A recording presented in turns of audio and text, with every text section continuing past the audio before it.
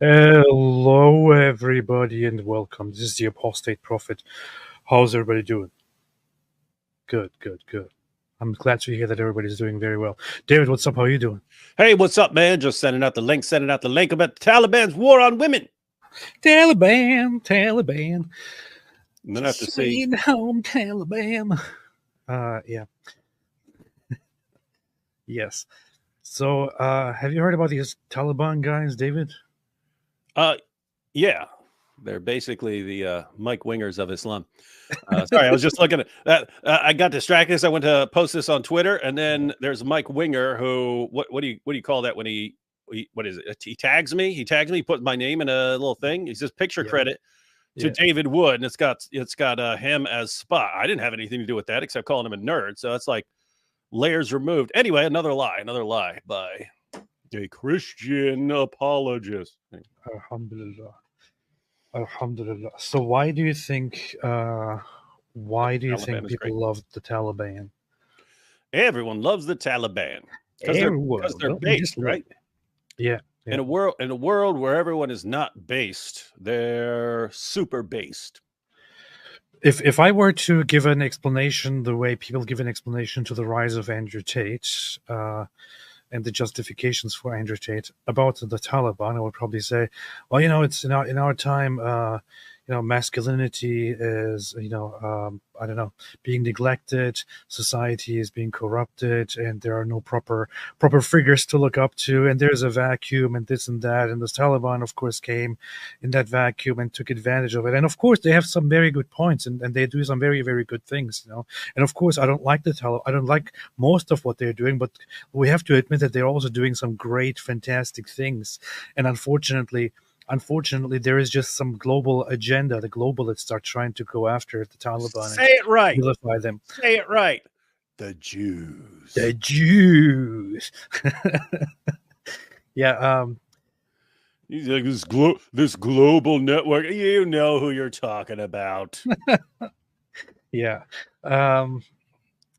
It's kind of funny though when some people go and talk about the globalists and adopt the very, very same talking points, but don't actually mean the Jews, but they mean some secret people that are apparently hiding somewhere and sitting at a round table every day, and they're like, "All right, ladies and gentlemen, what are we doing today? Well, I heard that Andrew Tate again said something that we simply cannot agree with. He said, being a man is very important. How about... He's encouraging the youth to work hard. Send in the DCOT, Terrorism and Organized Crime Agency. Crack down on him. We can no longer allow the promotion of masculinity. We want to make everyone gay. Yeah. Anyway, so that's what's apparently happening behind now. Here's what we shall doeth. Yes. Here's what we'll do. We'll CGI a bunch of videos from him from years ago, claiming that he has been molesting a 15-year-old girl and compelling her to do sex work for him. And the videos will look completely real, and they will even be on his website for years. Actually, what happened is that they time traveled and put everything on his timeline and made him do all of those things. His encouragement of young boys is so dangerous to our agenda of turning the frogs gay. Yeah. And we are going to activate the time machine. Go back in time. Post all these videos on his site. Whale. David, have you heard that there is a debate upcoming tomorrow between Rabbi Shmuley and Candace Owens? That's tomorrow? Oh wait, that's not tomorrow. It's tomorrow in 1 week, I think. Yeah, I thought it was. I don't remember when it was, but I thought it was in September. Yeah, maybe it's next week. I don't know. What do you think about that? I heard you're a very big fan of both Rabbi Shmuley and Kenneth Owens, and it's hard for you to decide where you stand on that right now. I've always liked Rabbi Shmuley when he was debating when he was debating Michael Brown back in the. I don't know.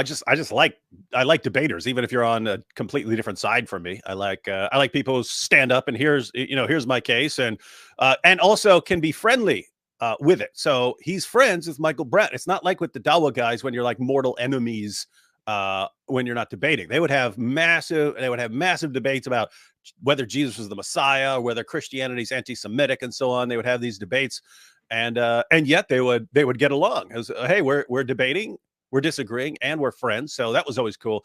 He did seem to kind of go off the deep end since October 7th. I don't know if he was always a little off the deep end, but was just restraining it in the past, or if something like kind of snap, because you saw like, I mean, even like Ben Shapiro, he changed afterwards.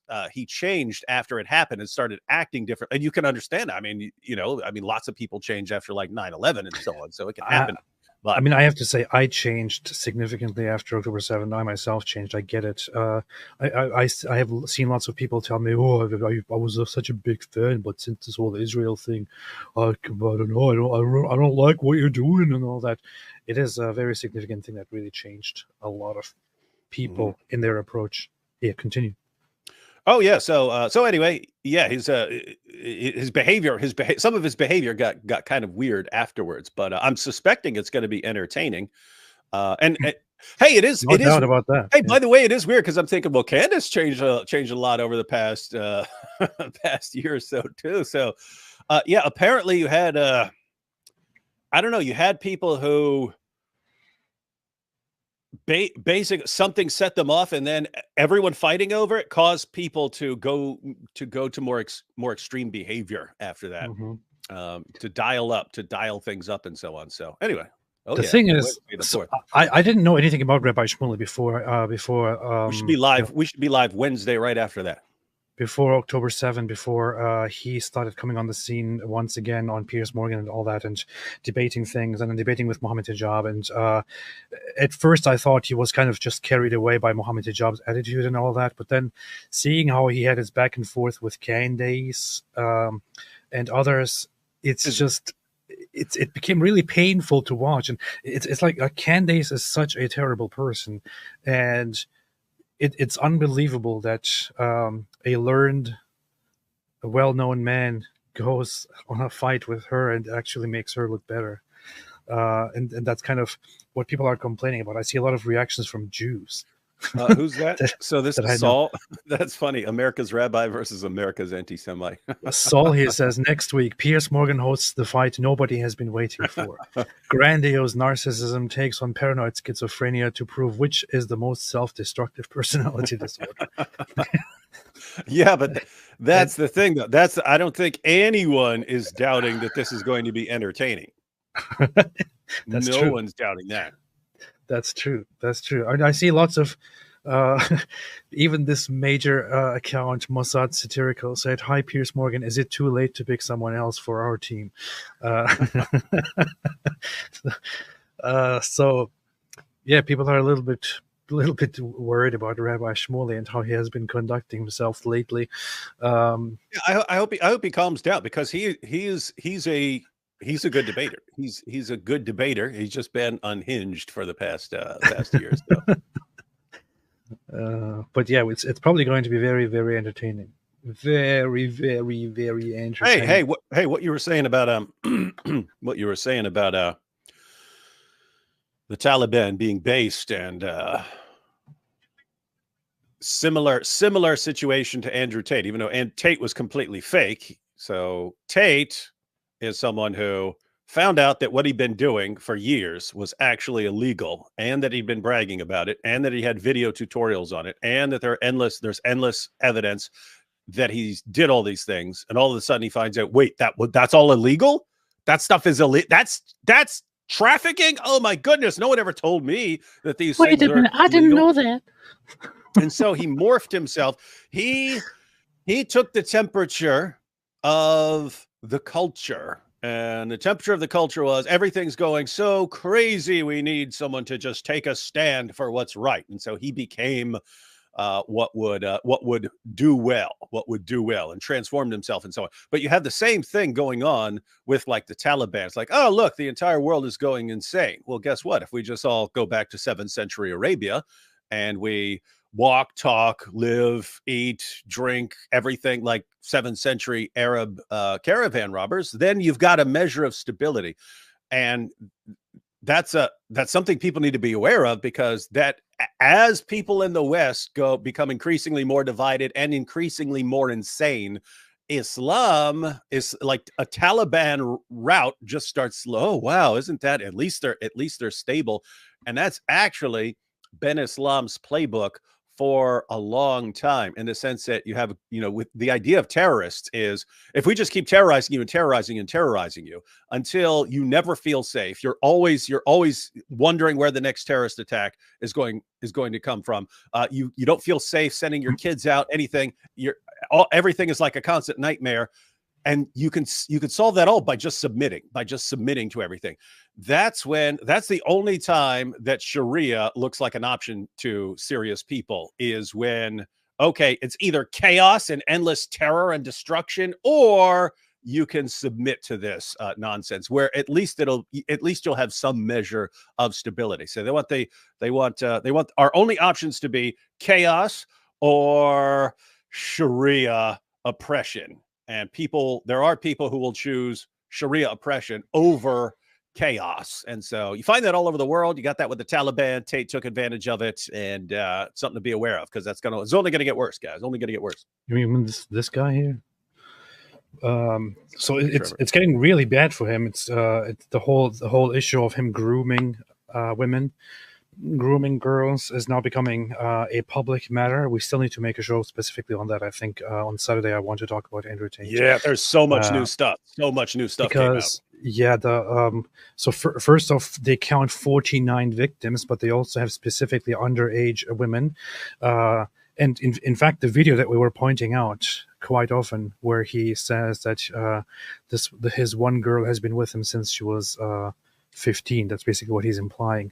That is apparently part of the set of videos that got him in trouble, where the authorities also investigated and came to the conclusion that that indeed one of the women that he has with him was groomed by him and was with him since she was 15 years old, and has been going through some massive manipulation and mistreatment by him. So it's very funny. That's basically what a grooming organization is. It's what a grooming game is. AP thinks that grooming girls is funny. Trafficking is all hilarious. It's the most funny thing in the universe. Yeah, it's funny. It's like a comedy show. So just like Jeffrey Epstein. Yeah, Andrew Tate is like Dave Chappelle, but of trafficking, which is even funnier. I'm really attracted.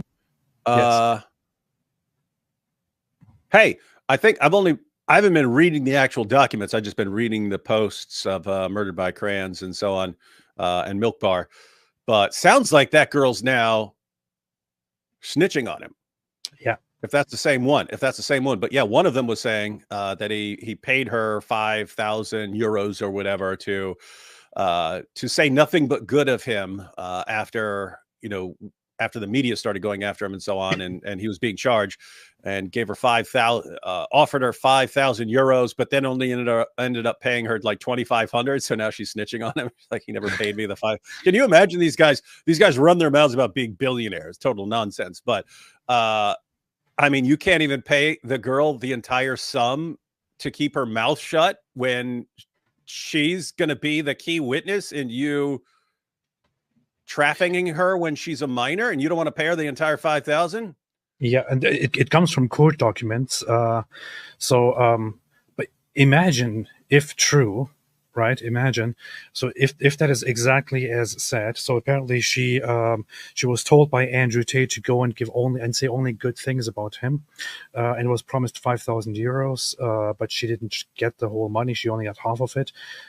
Imagine Andrew Tate is such a great genius, right? Such a great, fantastic genius that he actually bribes one of the most important, witnesses, and then fails to give her the money. And the money is not even a huge amount of money. It's a tiny amount of money compared to what he claims to make and what he has, what is reported about him. It's reported that he made millions, dozens of millions of dollars from his webcam business, but he he promises her 5,000 euros and doesn't even pay it. Doesn't even finish paying. And I mean, how dumb can you be? How stupid can you be? This is just the guy who walks around, I am the smartest man in the world. I'm a genius. I am so smart. They are all jealous of me because they're not as smart as me. Idiots. What an absolute moron. You know what that reminds me of? There are all these situations like Monica Lewinsky with Bill Clinton.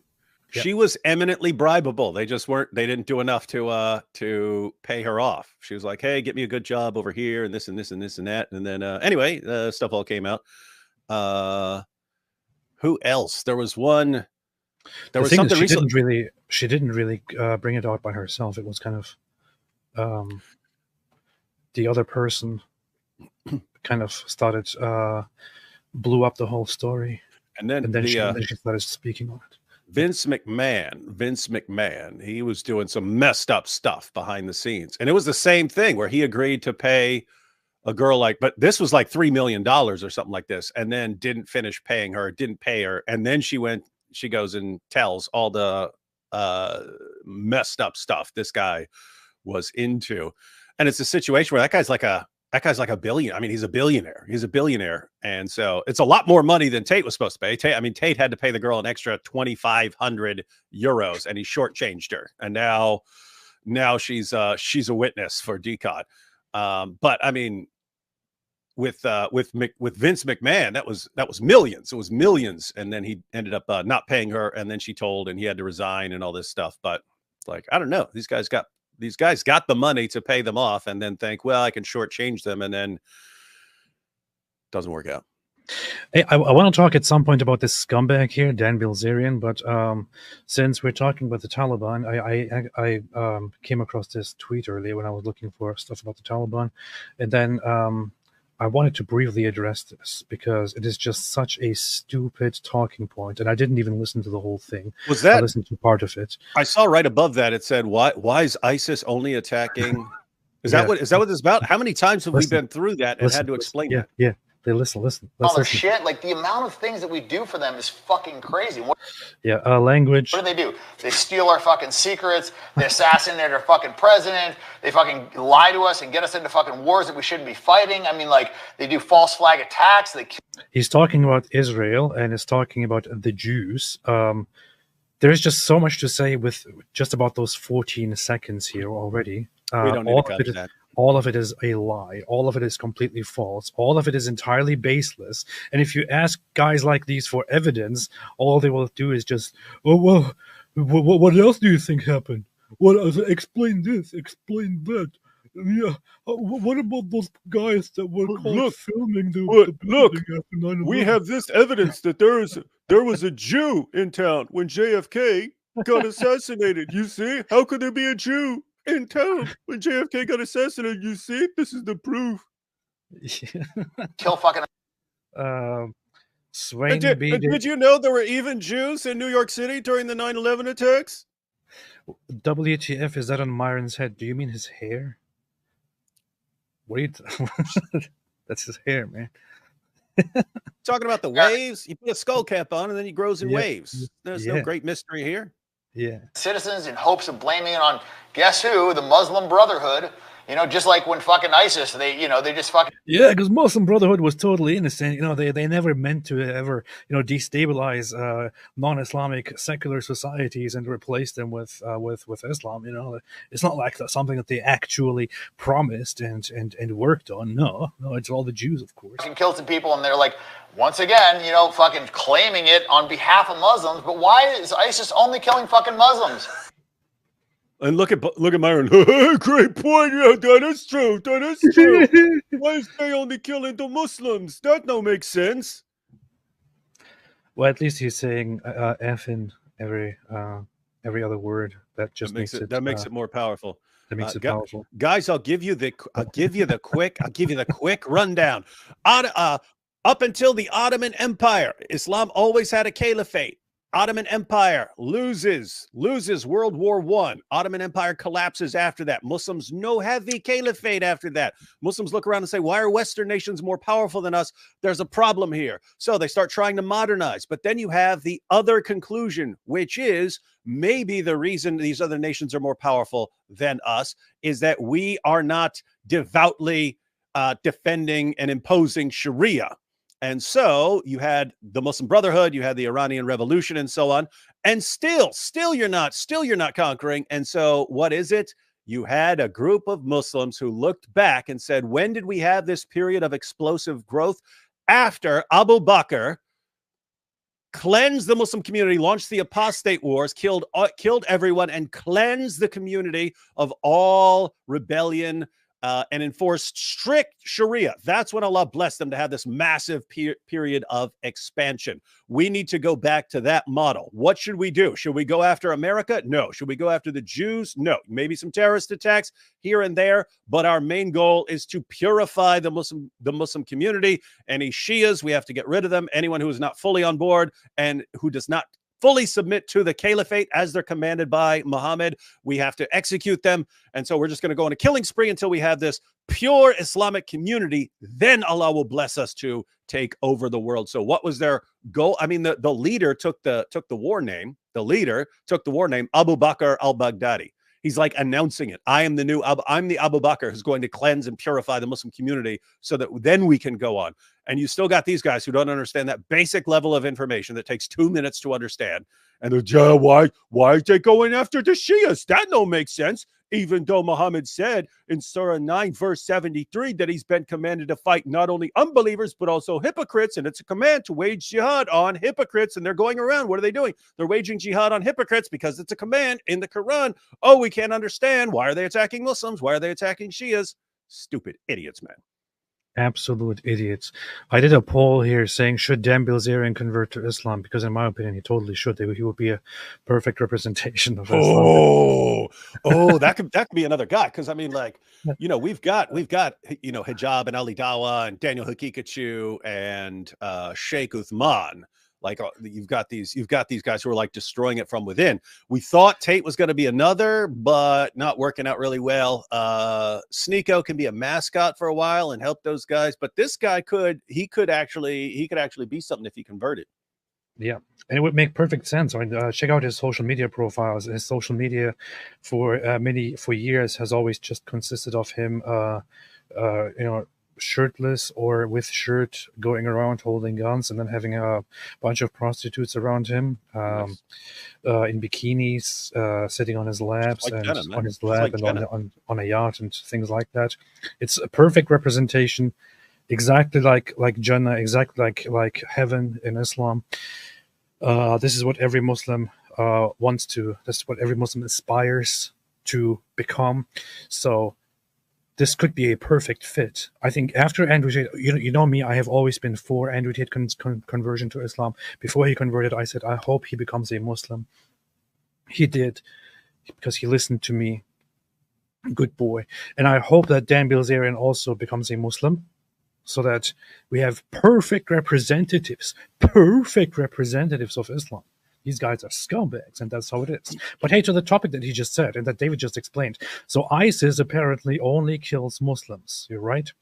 First off, that's extremely stupid. Yeah.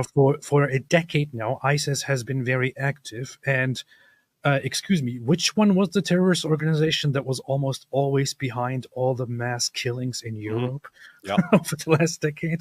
Wasn't it ISIS? Yes, it was. It was ISIS.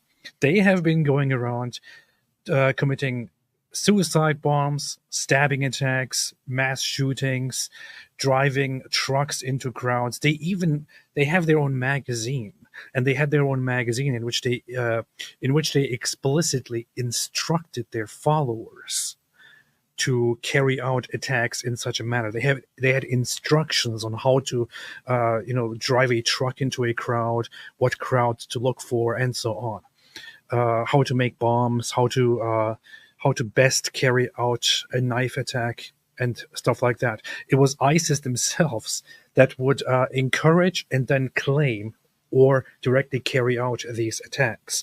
Of course, they kill a lot of Muslims as well, because their primary goal is to establish the caliphate in Muslim lands. And the Muslims that are being killed as a result of their fighting are simply to them considered enemies who stand between them and the ultimate goal of establishing the caliphate or re-establishing the caliphate, which they think is their greatest duty, the greatest duty given to them by Allah. That is why most of their victims are Muslims. I recently read in a report as well that the majority of terrorism-related deaths in the world are Muslims. However, the majority of terrorist organizations that are responsible for the highest number of terrorist-related deaths are also Muslims.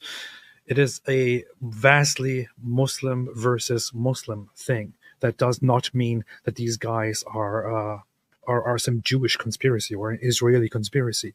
On the contrary, ISIS has been very, very clear on the fact that they also eventually want to work toward the annihilation of Jews. That is something that they have in common with all the other Islamist organizations. And they recently instructed their followers again to kill people in retaliation for the suffering of the Palestinian people and so on. So all of this is just complete nonsense. Yep. When the fuck is the last time ISIS ever attacked Israel? Yeah. Like, it's fucking bullshit. Yeah. You know, it's literally false flag attack after false flag attack over and over and over again. And these Americans, I think, are finally... This sounds like I'm listening to the dumbest person out there talking. Why does this guy even have a... Talking to the other dumbest person out there. And them agreeing with each other. Great point there. Look, the only reason that this guy is sitting here and talking is that he was born into a rich family. He has a rich daddy. Must be nice. And for the longest time, all he did was just use daddy's money to spend it on the most degenerate stuff in the world, and to also engage in gambling, where he lost most of his money and also got in trouble for violence, and is, I think, currently facing prison charges or something. So this is why this guy is popular. And I mentioned this before. Why in the world does this guy get a platform? Why in the world do you not instead invite other people then? If we are just going to invite people who are known without actually contributing anything intellectually, why in the world are we inviting these guys? How about we also start inviting Kim Kardashian, who is the better Armenian out of these two? Yeah, I know you're going to say why Kim Kardashian, but yeah, if we are just inviting people who are known for totally unrelated things, how about we just start inviting all the celebrities, singers, models, adult actors, and so on? Apparently this is what we do. And then we trust them. We actually listen to them. What a stupid society.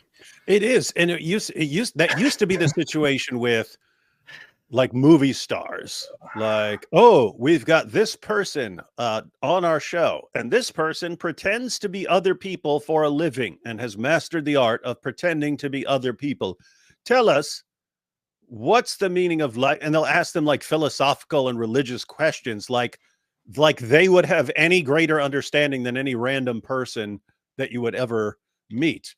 Of course, goes back. Plato was talking about this in the Apology, that Socrates was saying that he was searching for wise people, and he said every time you find someone that has some kind of knowledge, they also think that they're experts in other areas. And now it's even a worse situation where anyone who has any sort of following anywhere is treated like an expert on any stupid thing they're saying.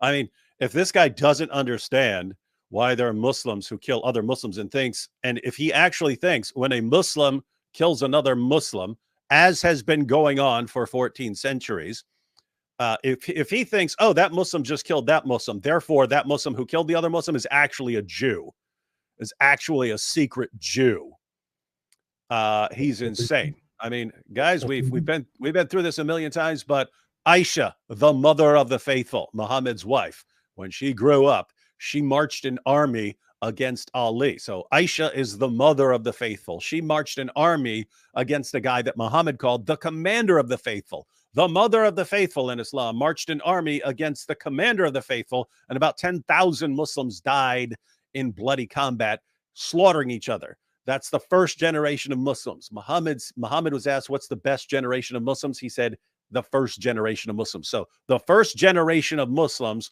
almost annihilated themselves, killing each other. And here we are 14 centuries later. But if a Muslim kill another Muslim, that means him a Jew. And you sound, and then, oh, well, great point. I'm Myron. I'm fresh. Yeah. Or is he fit? I don't know which one's which. Everyone who agrees should type a 1 in the chat.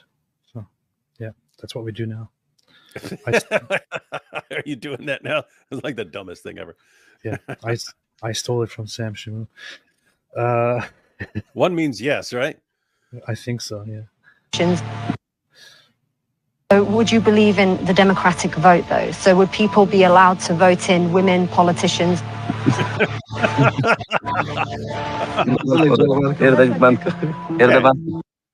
Hey, who says the Taliban didn't have a sense of humor, huh? So these guys don't have a sense of humor. Now you know what makes them laugh. You can imagine like the Taliban comedy club. Be like, hey, let's vote some women in. Greatest comedy show of all time. So the latest reports of the Taliban are that they ban women from basically speaking outside. You have to use whiteboards like Ali Dawa's wife. Yes, they can finally go for the whiteboards. That is. Ali Dawa did the perfect precedent for this. He instructed or he showed how to actually make your wife communicate. Don't be a degenerate making your wife talk with her voice. Women should not be talking. They should not be talking. They should not be making sounds, because sounds coming from women might cause big trouble. Let's look at this again. I have my wife on my right. Assalamu alaikum. Hope you want, inshallah. Wait a minute. Did she just... Hope you want, inshallah. I think she very quietly responded. She made a little noise there. This is unacceptable, man. Delete this. And Ali Dawa, you just gave all your followers a boner. That's what you're worried about, right? Oh no, if they hear her voice, then they's all gonna get aroused here. Well, we just heard her like mumble a little something. And so your followers who've never developed any concept of self-control, and you definitely don't want to encourage one. Yep, they just lost their minds. Now they're all lusting after your wife's little grunt or whatever that was. Now I understand why some Muslims are criticizing Ali Dawa for what he's doing. This is the Dawa version of porn. All right. Assalamu alaikum. She made a sound, man. This is insane. This is insane. Naughty. His followers are going to go crazy. His followers are probably going crazy. This is how they should be reacting. His followers are probably crazy about this right now. They can't forget this. This is stuck in their head. She made a sound. Are you insane, man? Hope you want, inshallah. She's not going to be in the video, but she's going to have her say with this whiteboard that I bought her. But why? She's not going to be in the video. Women can't just be in the video, right? My wife is not just in the video. She'll have this whiteboard here. Is the default that the woman is innocent and the man is always guilty? Okay, that's something my wife wants to say. Salama probably had enough, as women give a lot of chances, has zero tolerance now. Okay, this is why I want you here. Yeah, it's very important for you to be here. Yes, just to take the past traumas of their father or ex-husband, etc., and project it on other people. So, okay, she's saying she made the video, not him. I don't know his opinion. Well, exactly. There you go. Okay, there's nothing else I have to say. Anything you'd like to say? If you do, just let me know, inshallah. The Prophet, peace be upon him, told us he went to the hellfire. Again, I know you guys are going to be like, it's a reality. He went to the hellfire. Okay. He went to the hellfire. And he saw the majority of the women of the hellfire. Why? He said, not because they are ungrateful to Allah, because they are ungrateful to their husbands. You hear that? Oh, You hear that? that was powerful. That's a warning, ladies. Anything that Yeah, it's a warning. That's why- Women behave. Yes. Behave. I said wrong is from Shaitan and myself. Anything good is from Allah subhanahu wa ta'ala. If there's anything you disagree on, no. Okay. Are you under any duress? You can blink twice. No. Okay, that's I mean, have some self-awareness, man. This just sounds like why would you say something as dumb like that in this video? It just makes it even if it was a regular lighthearted moment, saying that within this context here just sounds really, really messed up and really bad. It's like you're mocking the woman for being unable to be on the screen. Mhm.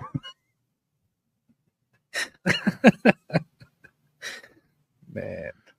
Dawah is powerful, man. Dawah is powerful. Yeah. This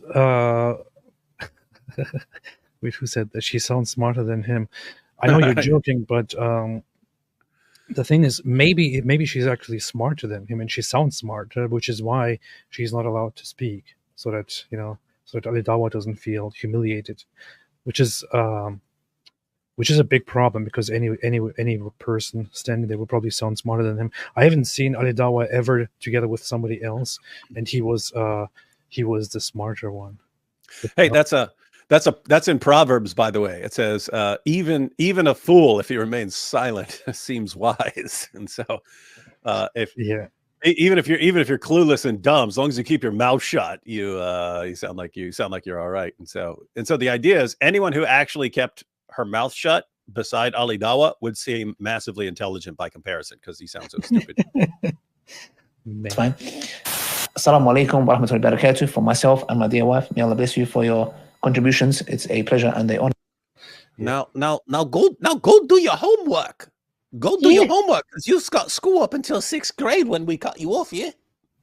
This is funny because you already posted this in response to this here. Apparently, the Taliban has banned Afghan women from showing their faces or speaking out loud in public under strict new laws. Afghan women are now banned from showing their faces or speaking out loud in public, and they can't even look at a man they're not related to. It's part of a new law passed by the Taliban, the hardline Islamic group that has ruled Afghanistan since Western forces left in 2021. The rules say a woman must cover her body and face in public to avoid tempting others. They also ban women from singing or reading aloud in public.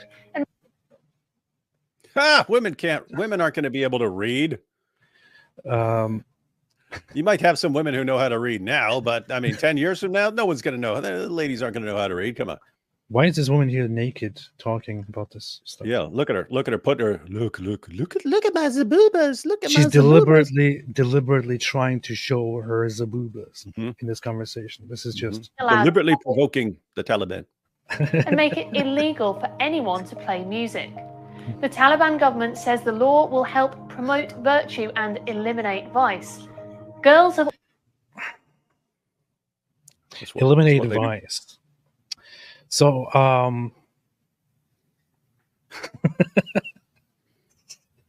it's just so insane. I don't even know where to start, man. Eliminate vice. I have to. I just want everyone to be aware of the fact everyone go look at pictures of Afghanistan and women in Afghanistan like the 1960s. Look like a Western nation. Same as Iran back then. And then you have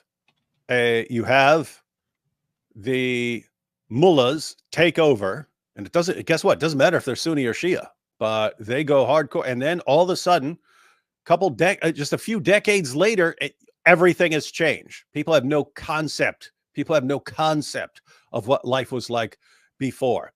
And so anyway, the point there is, if you sit there and think, hey, these guys who are spreading their ideas, it'll never work. It can never take over. We've seen it happen repeatedly. We've seen it happen repeatedly where places that weren't Sharia compliant all of a sudden very quickly become massively Sharia compliant. That's what they do. That is literally what they do. Yeah, women who are walking around like in a regular Western society, not as much, but pretty close before all the chaos ensued. Have also been banned from secondary schools since 2021, just 1 month after the Taliban took control. The Taliban said a few months later that it would lift the ban once it had secured principles of Islamic law and Afghan culture. But nearly 3 years on, girls still aren't back in the classroom. You know what's funny? It's not. I know it's not funny, but when the Taliban took over years ago, everybody already knew where this is going to go, right? And lots of people pointed out, and lots of people did say that the Taliban is just going to go back and impose all of their horrible laws, their mistreatment of others, mistreatment of women, mistreatment of humans, of minorities, and so on. They said initially, "Oh no, we're not. We're going to be very considerate. We are going to impose temporary measures, but most of what people are saying is simply propaganda, instigated and incited by the United States and Israel." And here we are. Taliban is doing exactly what people thought, or what people knew Taliban would be doing. They are oppressing women first, and all the others, of course, as well. Daily crackdowns, arrests, executions, tight surveillance of dissenters, completely shutting women out of society, of even getting a proper education, which some people find very funny, like the Islamist Taliban Kikachu. He laughed about it, and so on. This is what they're doing, and some people are acting like, "Oh, this is a big surprise. Why is this happening? Why is this happening?" It's not a big surprise. It is Islam. It is Islam. This is what Islam is. This is what Islam does. And here we have a genius, Humza Yousaf, who was recently the First Minister of Scotland until he resigned. He did resign, right? He's no longer the. Is that true? I'm not sure exactly what happened, but yeah, he's no longer that. Who served as First Minister and resigned. Okay, yes. So he said the following. In response to The Guardian's article, "Frightening Taliban Law Bans Women from Speaking in Public," he said, "The erasure of women goes against everything Islam stands for. I stand in solidarity with the women of Afghanistan." Mm-hmm. Yeah. What'd you do, buddy? But apart from this tweet, what did you do? AP. Yes. Well, it's the same thing after terrorist attacks. You'll get these, "Oh, we condemn the terrorist attack," but it doesn't seem to energize the community against whatever they're responding to. In other words, we see massive. They're somehow able. The Ummah is somehow able to mobilize millions of protesters around the world globally. But when there's a terrorist attack, not a peep. When women are being horribly oppressed, when little girls are being told they can't go to school anymore, "Oh yeah, we'll send out a tweet saying we don't approve," but that's it. Suddenly, if something involves Jews, then it's marching through the streets and burning stuff to the ground. Yeah. You can tell a lot about people by what sends them into a rage and what doesn't. That is very, very much true. Now let us look at a few Islamic sources here. First off, I want to have a look actually at the Quran verse. Quran chapter 4, verse 34. One of my favorite Quran verses ever, because it has such a loving, such a wonderful, such a fantastic, such a beautiful, such an amazing message. All right, here. Men are in charge of women by right of what Allah has given one over the other, and what they spend from their wealth. So righteous women are devoutly obedient, guarding in absence what Allah would have them guard. But those wives from whom you fear arrogance, first advise them. Then, if they persist, forsake them in bed. And finally, strike them. It doesn't say lightly here. This is simply added for commentary. It is not even part of any proper ruling. It simply says, and strike them. But if they obey you, seek no means against them. Indeed, Allah is ever exalted and grand. So husbands are supposed to discipline their wives and force them into submission and complete obedience.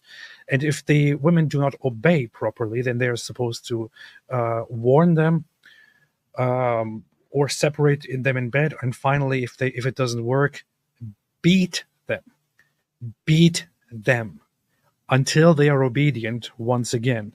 That's where they then are supposed to stop. It's not just it doesn't say you are allowed to. It is directly a command to do this.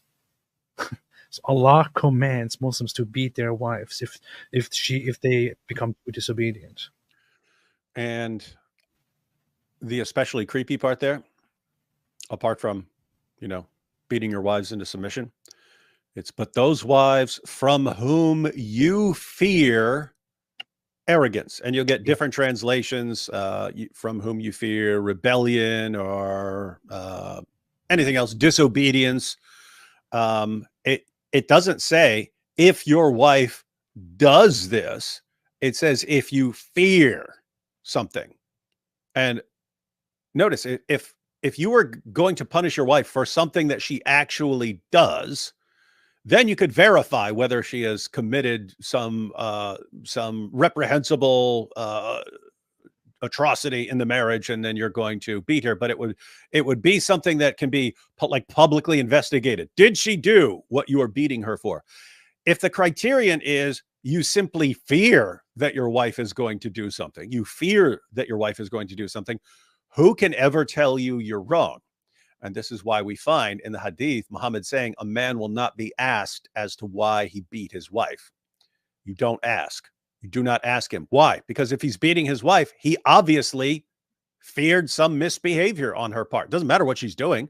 Doesn't matter if she actually did any of this. It's he feared arrogance or disobedience or something like that. And that's enough to beat the crap out of her. And we do have the sources on women being beaten until their skin turned green. Who does Muhammad condemn? The woman. The Prophet said, no man shall be asked for the reason of beating his wife. This is not something that we're making up. This is directly in Riyadh al-Salihin, which is an extremely reliable source, which includes authenticated hadith, primarily from Sahih Bukhari and Sahih Muslim, the two most important sources, but also from others. No man shall be asked for the reason for beating his wife. This is what Muhammad said. Further, speaking of erasing women, let's talk about the hijab. Here's the narration. Narrated by Aisha, the wives of the Prophet used to go to Al-Manasi, a vast open place, to answer the call of nature at night. So when they need to go pee, they would go to this open place. That's it. Omar used to say to the Prophet, let your wives be veiled. But Allah's apostle did not do so. One night, Sauda bint Zama, the wife of the Prophet, went out at Isha time, and she was a tall lady.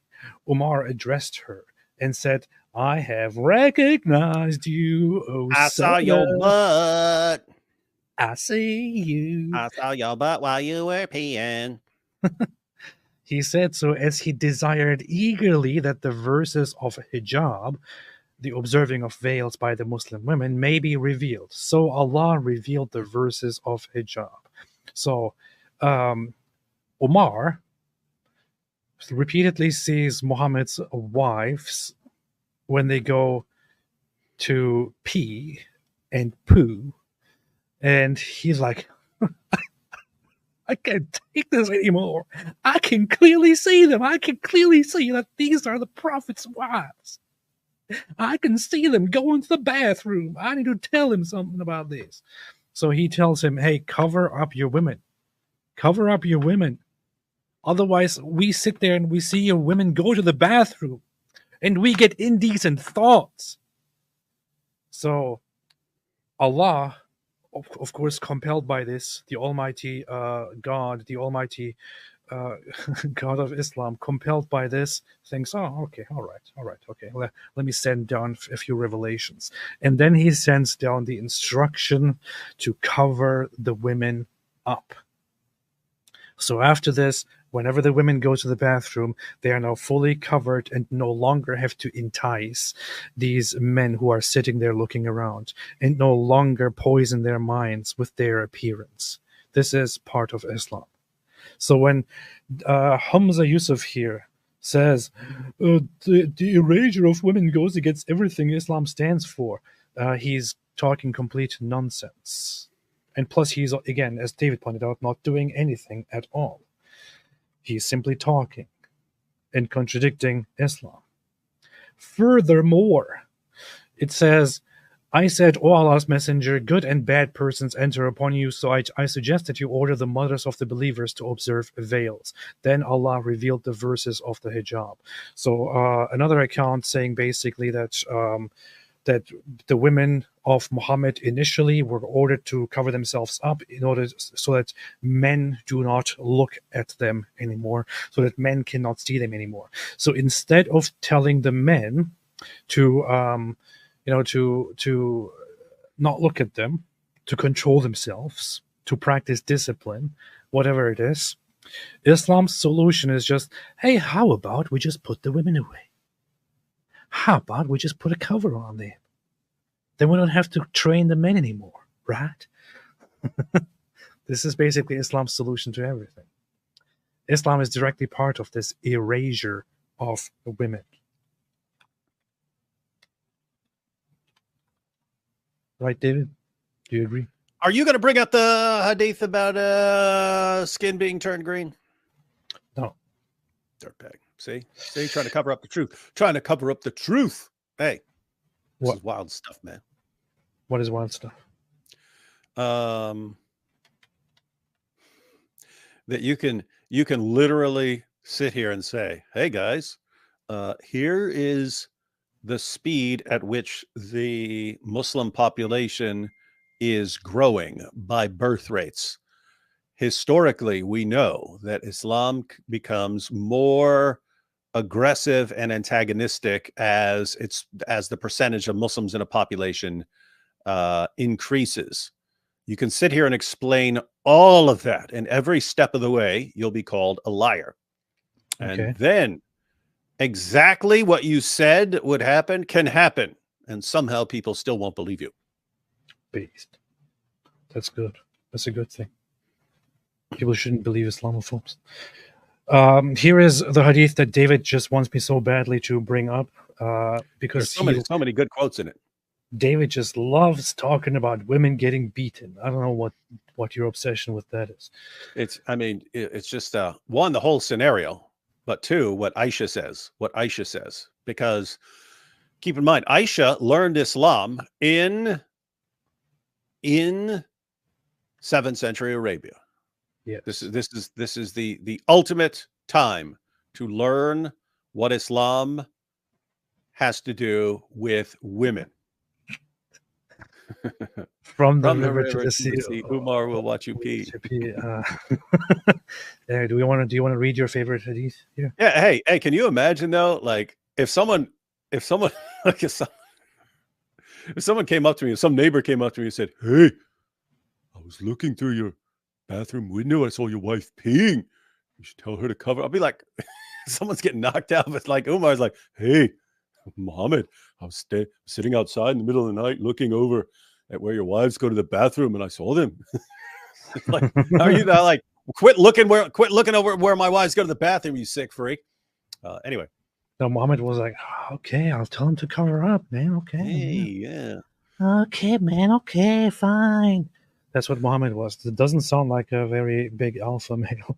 Yeah. All right, so here you got Sahih al-Bukhari 5825. Rifa divorced his wife, whereupon Abdurrahman bin Az-Zubair al-Qurazi married her. So one guy divorces a woman, she marries another guy. Then she finds out she wants to go back to the original, and therefore she starts talking trash about her husband because she wants a divorce, so she can go back to her other husband. Aisha said that the lady came wearing a green veil and complained to her of her husband and showed her a green spot on her skin caused by beating. So he's beating her because she's talking trash about him. And it was the habit of ladies to support each other. Really? Why wouldn't they be supported by the power of Muhammad's teachings? These ladies have to go around trying to defend each other against their husbands who are beating the crap out of them. It was the habit of ladies to support each other. So think about this. Your husband's beating you until your skin turns green. But you know Aisha, and Aisha can go to Muhammad and get you an audience with Muhammad so that you can have justice, and he'll tell your husband, stop beating you. It was the habit of the ladies to support each other. So when Allah's messenger came, Aisha, who's going to get justice, said, I have not seen any woman suffering as much as the believing women. Look, her skin is greener than her clothes. So the lady had a green dress on, and her skin was greener than her green dress. But look at that quotation from Aisha. I have not seen any woman suffering as much as the believing women. This is Aisha learning Islam from its source. And she says what? Shouldn't say, hey guys, these are just different times. These are just different times that we live in. And women have a rougher time during our period. And that's the only reason that women are oppressed now. She specifically says Muslim women have it worse than women in any other group, worse than any Jewish women, Christian women, pagan women. Muslim women have it the worst. They're treated the worst. So that's the original. You can't say this was some later thing that some evil person did. This comes from Muhammad and his companions. That's the Islam that they're familiar with. They are familiar with an Islam taught by Muhammad and his companions, where women get beaten until their skin turned green, and Muslim women are treated worse than any other group of women in the world. So anyway, long story short here, this guy saying, oh, you know, this erasure of women and so on, he's looking at what's going on in Afghanistan. Oh, wow, look at how women are being treated there. That has nothing to do with Islam. What are you talking about? Aisha herself, I'm going to assume that she had a better grasp of what Islam teaches than some modern politician in Scotland or whatever. But what does she say? She's saying, no, this is what Islam does to women. It's believing women, Muslim women, who have it worse than any other women in the world. And we look around, it's still that way today. And somehow if we point it out, we're bad. That's why we let Aisha point it out for us. That's why we are losers. Losers. That is basically what it is. I also want to quickly address one of my favorite hadiths here. Of course, the Taliban will want to erase women, because here's how Muhammad thought. Jabir reported that Allah's messenger saw a woman. Mm-hmm. And so he came to his wife, Zainab, as she was tanning a leather, and had sexual intercourse with her. He then went to his companions and told them. Anyone who's been around like fresh leather goods and so on, that is a disgusting, disgusting smell. And that's what she's doing. And he's like, come on, I need to bang you because I just saw some hot chick walking down the street. I saw her booba, so I need to bang before I go crazy and rape her. And his wife, Zainab, who was, by the way, one of few wives at that time, is probably like, please, I'm working on this. I'm working. I smell like death. I'm so sweaty. I stink. It's like, I don't care. I need to do this right now. Naked, come over here. I have to bang you. The woman. Anyway, he then went to his companions after he finished the sexual act and said, the woman advances and retires in the shape of a devil. So when one of you sees a woman, he should come to his wife, for that will repel what he feels in his heart. There is just much to analyze here, right? Mm-hmm. So first off, he's walking outside and simply seeing a woman. Yeah. Just some woman minding her own business. She's just walking outside. She's walking down the street. Gotta do the grocery shopping. He's like, oh, a woman. Oh, I see an outline of her bosom and another outline of her bottom. So she's out there going to Walmart, and he's walking past her and thinking, "Oh, woman, I want to have sex with her. What am I gonna do?" And She's he like, runs "What's that home. in your pocket? What's that in your pocket, Prophet?" It's But nothing in my imagine- pocket. What do you mean it's nothing in my pocket? That's my boner. I'm gonna go use it. My wife smells like death. But imagine, this is supposed to be the perfect moral character, the perfect example for all humankind, the greatest human to ever walk the face of the earth, right? This guy is supposed to have the ultimate sense of morality, the ultimate self-control, ultimate self-discipline, and all of these things. And what happens to him is basically that he walks outside and he sees a woman, and it becomes uncontrollable. So he has to go home to his wife, who is just in the middle of very nasty work, pull her and have sex with her. I mean, look, lots of people who are watching this right now are men as well. Do you walk outside and just whenever you see a woman, find yourself in a situation where you think, oh no, I have to take care of this right now because I want to have sex with that woman? Do you really feel like that? Because this sounds like, if you feel so desperate that a woman simply is walking by and you feel the urge to have sex with her, and you have to go and have sex with one of your wives instead, it sounds like you have a problem, man. It really sounds like you have a serious problem. It does, because Muslims look at this and they see it as, look at his great self-control. Instead of pouncing on the woman, he ran home to one of his wives. Of course you should do that. Of course you should do that. And I would say, yes, if you have an uncontrollable sexual urge, yes, run back to your wife.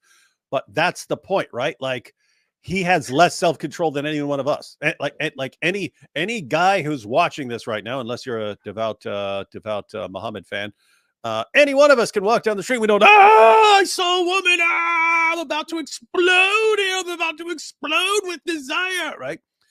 So that's one thing. The other thing is, let's be real here. So he goes to Zainab. Who's tanning leather. Again, she would have smelled terrible. Everything around her would have smelled terrible. It would have been disgusting. And he still pounced on her. What does that mean? Let's do some inference here. That means he probably couldn't find any of his other wives, right? Probably went for Aisha. Where's Aisha? Oh no, she's out in the woods with some guy. Went around to his other, couldn't find any of his wives. He knocks on all his wives' doors. Oh, no one's home. Oh, all that's left is Zainab. Smelling like death. It's he found her. But it's good, because if she was last on the list, then what's next? Goat.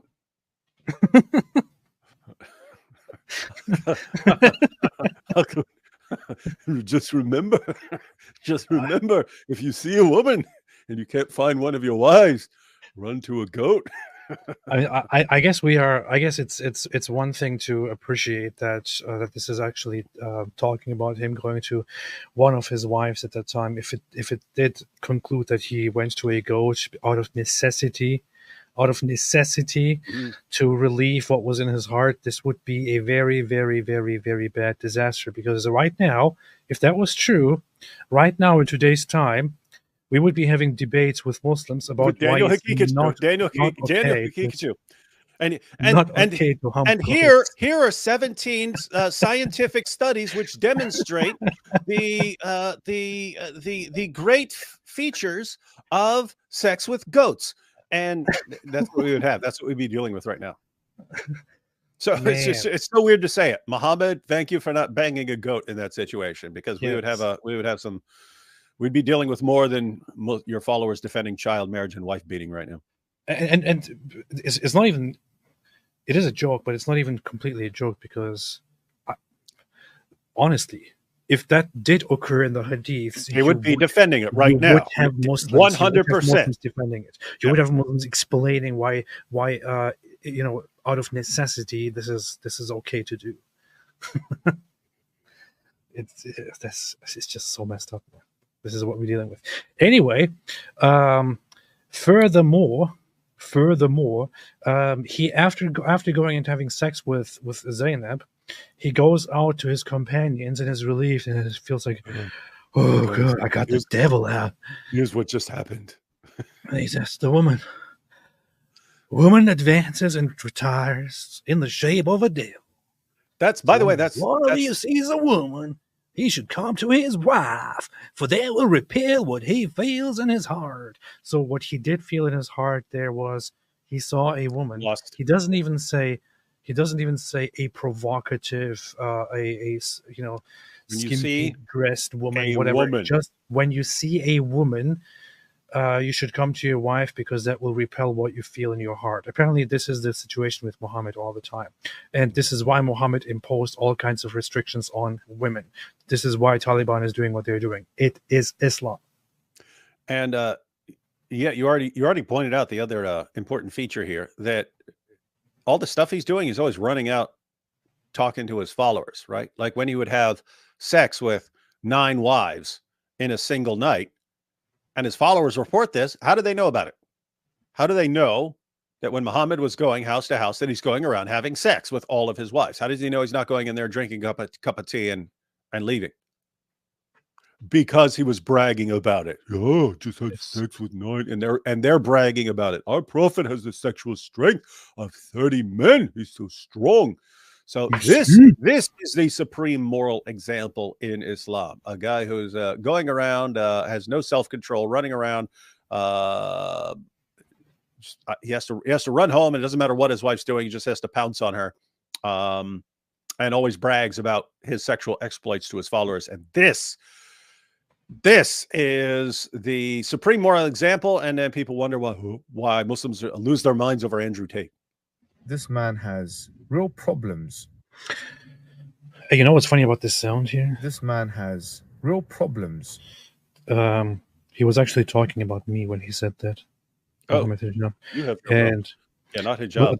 But the thing is, the context was actually he was saying this man has real problems with Islam and Muslims. Oh. But I thought it sounded kind of funny, so I cut it that way. You don't need to explain yourself. You were right. You're 100% correct. Oh man. So anyway, that is what we are. Oh no, now here's this woman again arousing all the Taliban. Where's my wife? I need to find her. A picture of this woman. Man. So anyway, where's the article? Where did I put it? Where did I put the article? Is it the WAPO? Welcome to AP's channel, where every day is amateur hour. WAPO. When the Taliban took power in Afghanistan after the August 2021 U.S. withdrawal, the radical Islamist group prohibited education for all girls beyond 6th grade. The Taliban said it was just a temporary measure, but then the regime followed up with a procession of decrees and rules that robbed women of their rights to education, healthcare, a livelihood, and liberty. What rights? What are you talking about? The school was never reopened. It turns out no, seriously. What do you mean? What do you mean rights to education? What rights? What rights in Islam? Healthcare, livelihood, liberty. What are you talking about? You have the right to be fed in your marriage. That's your right as a woman. Yes. That's it. That's all you get. That's what we get. Many of the repressive measures have now been codified into a 114-page law on the promotion of virtue and prevention of vice. Taliban leaders revealed the new law with penalties last week in the first formal declaration of vice and virtue laws in Afghanistan since the takeover. The Associated Press viewed the text and published the details. The new law underscores that the Taliban wants to create a society of gender apartheid. In which the government silences women's voices, robs them of their rights, and makes them totally dependent on men. Afghanistan is experiencing the worst crisis of women's rights in the world today. Yeah, but we don't have to talk about this. Just talk about Gaza instead. Yeah, that's what we do. That's what they do. That's what they do. After the chaotic US departure from Kabul, some diplomats speculated that the Taliban will be forced to give up the harsh rule it imposed between 1996 and 2001 because it would need international recognition to avert a severe humanitarian crisis. This is just so ridiculous. The Taliban is pretty much today what they were back then, aside from the major aggression toward outside and the fighting, but however they still keep the same strictness, the totalitarianism, the authoritarianism on the inside. Why did some people, even experts here, right, predict that they would be different in order to appease the international community? It's not like anyone is actually doing anything. It's not like the international community, it's not like people around the world actually care about what Islamists do in their countries. It's not like people around the world actually care about what Islamists do in Europe, let alone what they do in the Islamic countries. Of course, the Taliban will do whatever they want, whatever the hell they want. They can mistreat women, they can mistreat minorities, they can mistreat everyone. That's what they are doing. That's what they can do. Urinating upon one another. That's what they do. Nobody's going to speak up. Nobody's going to say anything. Of course, they would say if Jews were involved somehow. Mm-hmm. Then it'd be a huge issue. Yeah. A Taliban spokesman announced at a news conference in August 2021 that it would not have enemies, internal or external, but these soothing promises turned out to be nonsense. Oh, what a surprise. What a shocker. Who could have predicted that? The Taliban of today is every bit as dehumanizing as the old. Shocker. According to the AP account of the new law, it mandates that women veil their bodies at all times in public and dictates that a face covering is essential to avoid temptations. What did we just read of Muhammad? This is how Muhammad felt about women. Whenever Muhammad saw a woman, he thought, I need to have sex. I need to have sex right now because women are the devil. So this is how Muhammad thought. This is what Muhammad felt and what Muhammad thought. This is how Muhammad made his laws. And the Taliban is directly basing their attitude about women on Muhammad, on how Muhammad felt, on Muhammad's despair, on Muhammad's boner, on Muhammad's desire to just have sex with anything that crosses his side. This is basically what the Taliban is doing. This is the wickedness and the sickness of Islam. There is no need to sugarcoat it and whitewash it and downplay it. This is what Islam does. It is cool that they keep citing you as a source, though. I know. That is awesome. They should always do that.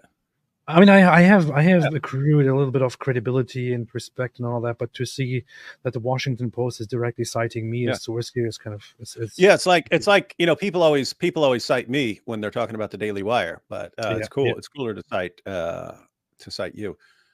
So anyway, a couple of takeaways that are like kind of apart from Islam's impact on women. One takeaway I've already mentioned, namely, this can happen really, really rapidly in a period of a few decades. Everything can change. Again, go back a few decades. Afghanistan was completely different. And now you have this going on in the entire country, this being imposed in the entire country. The other important takeaway that's not really connected to the issue of Islam's impact on women, but you had the United States, the most powerful nation in the history of humanity, go after these guys in Afghanistan. They basically ran in hidden caves and launched guerrilla attacks and so on. But the U.S. did not hunt them down and wipe them out. Why? Because that would be mean. You'd have to be extremely harsh.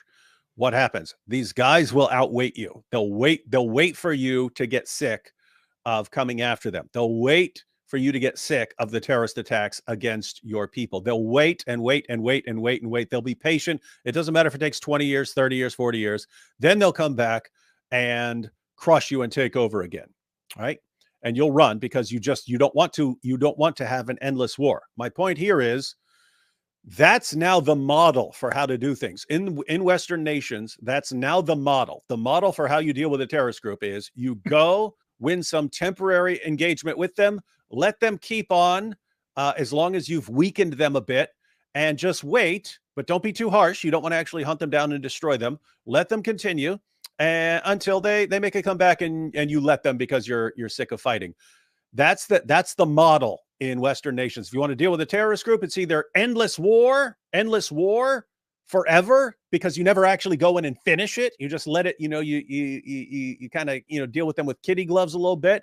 You allow them to continue forever, or you let them win. Those are your options. Under no circumstances do you just do the difficult work of going in and crushing them and leaving them crushed. That's the Western model. There's one group, the Israelis, that say, no, we're actually gonna hunt them down and destroy them, like, permanently. And they're the evil ones. They're the evil ones for just saying, no, we understand what we're dealing with. One, we don't want an endless war with Hamas. And two, we don't want to let Hamas go hide for a while and then come back another day and then take over again. Don't want it. So we're going to crush them. And somehow the ones with the only ones with the basic common sense of saying, we don't want an endless war and we don't want these guys coming back and terrorizing us more. Therefore, we have to make a difficult decision on this and crush them. They're the bad guys in all this. It's a weird situation. Very, very, very weird situation. It's really insane, the kind of stuff that people are doing, man. Socialists, I'm just seeing right now, protesting outside Temple University. I think that was yesterday, and carrying PFLP flags. So PFLP is a Palestinian terrorist organization that is a communist organization, and they also participated on October 7 in the massacres. They are in their practices not too different from Hamas. So here you have people in the U.S. in what is it, Philadelphia, Temple University. There is a PFLP flag. That is the communist terrorist organization that killed many civilians, carried out big terrorist attacks, including hijacking planes, blowing things up, blowing themselves up, and so on. This is what people do. How do you expect any consistency from people who normalize dumb stuff like this? It's just so insane. Anyway, I want to quickly read this part here to summarize what they're saying, and then I want to go over to the AP article. I said AP.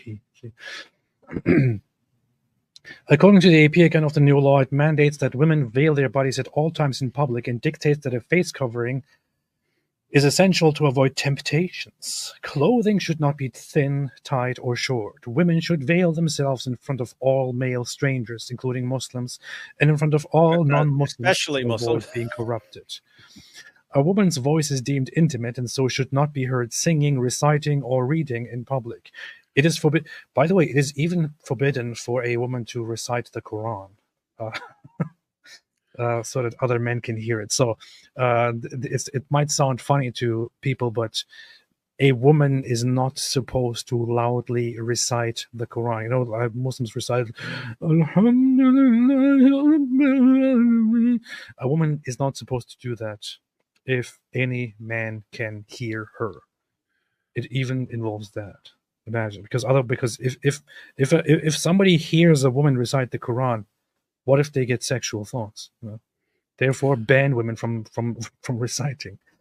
Hey, I mean, this is women are in kind of a bad spot here because they're not allowed to talk. Their voice is too tempting, and so you'd think, oh, okay, well, the government can just issue them plenty of whiteboards, like Ali Dawa's wife, but they're not letting them go to school anymore. So how's anyone even going to know how to write what they're saying? Are these women going to draw pictures in the future? Will you, like, they have to draw little pictures on their whiteboard to illustrate what they're trying to convey?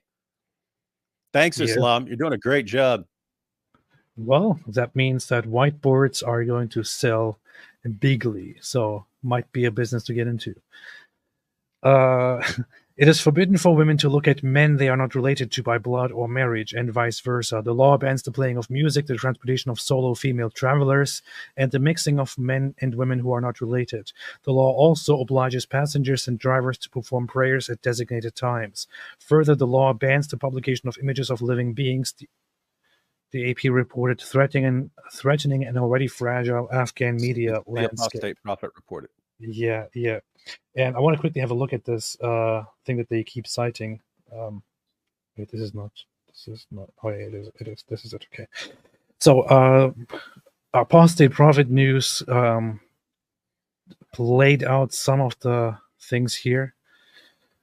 Inshallah, we assure you that this Islamic law will be of great help in the promotion of virtue and the elimination of vice, said ministry spokesman Maulvi Abdul Ghaffar Farouk on Thursday. I really want to look at the whole thing, but here, Article 13 relates to women. It says that it is mandatory for a woman to veil her body at all times in public, and that a face covering is essential to avoid temptation and tempting others. Clothing should not be thin, tight, or short. Article 17 bans the publication of images of living beings.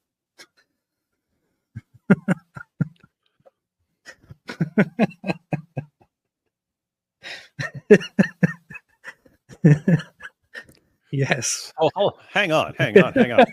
We're trying to do the math here. Women can't speak because their voice is too tempting. So we say, okay, they can write what they want on a whiteboard, on a whiteboard.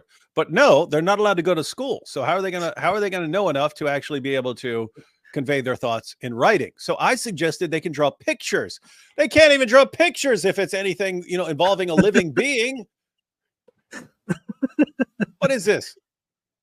And this goes back to, as some people know, to Islamic rulings. Here is Muhammad. I heard the messenger of Allah. Wait a minute. Saying every painter will go to hell, and for every portrait he has made, there will be appointed one who will chastise him in hell.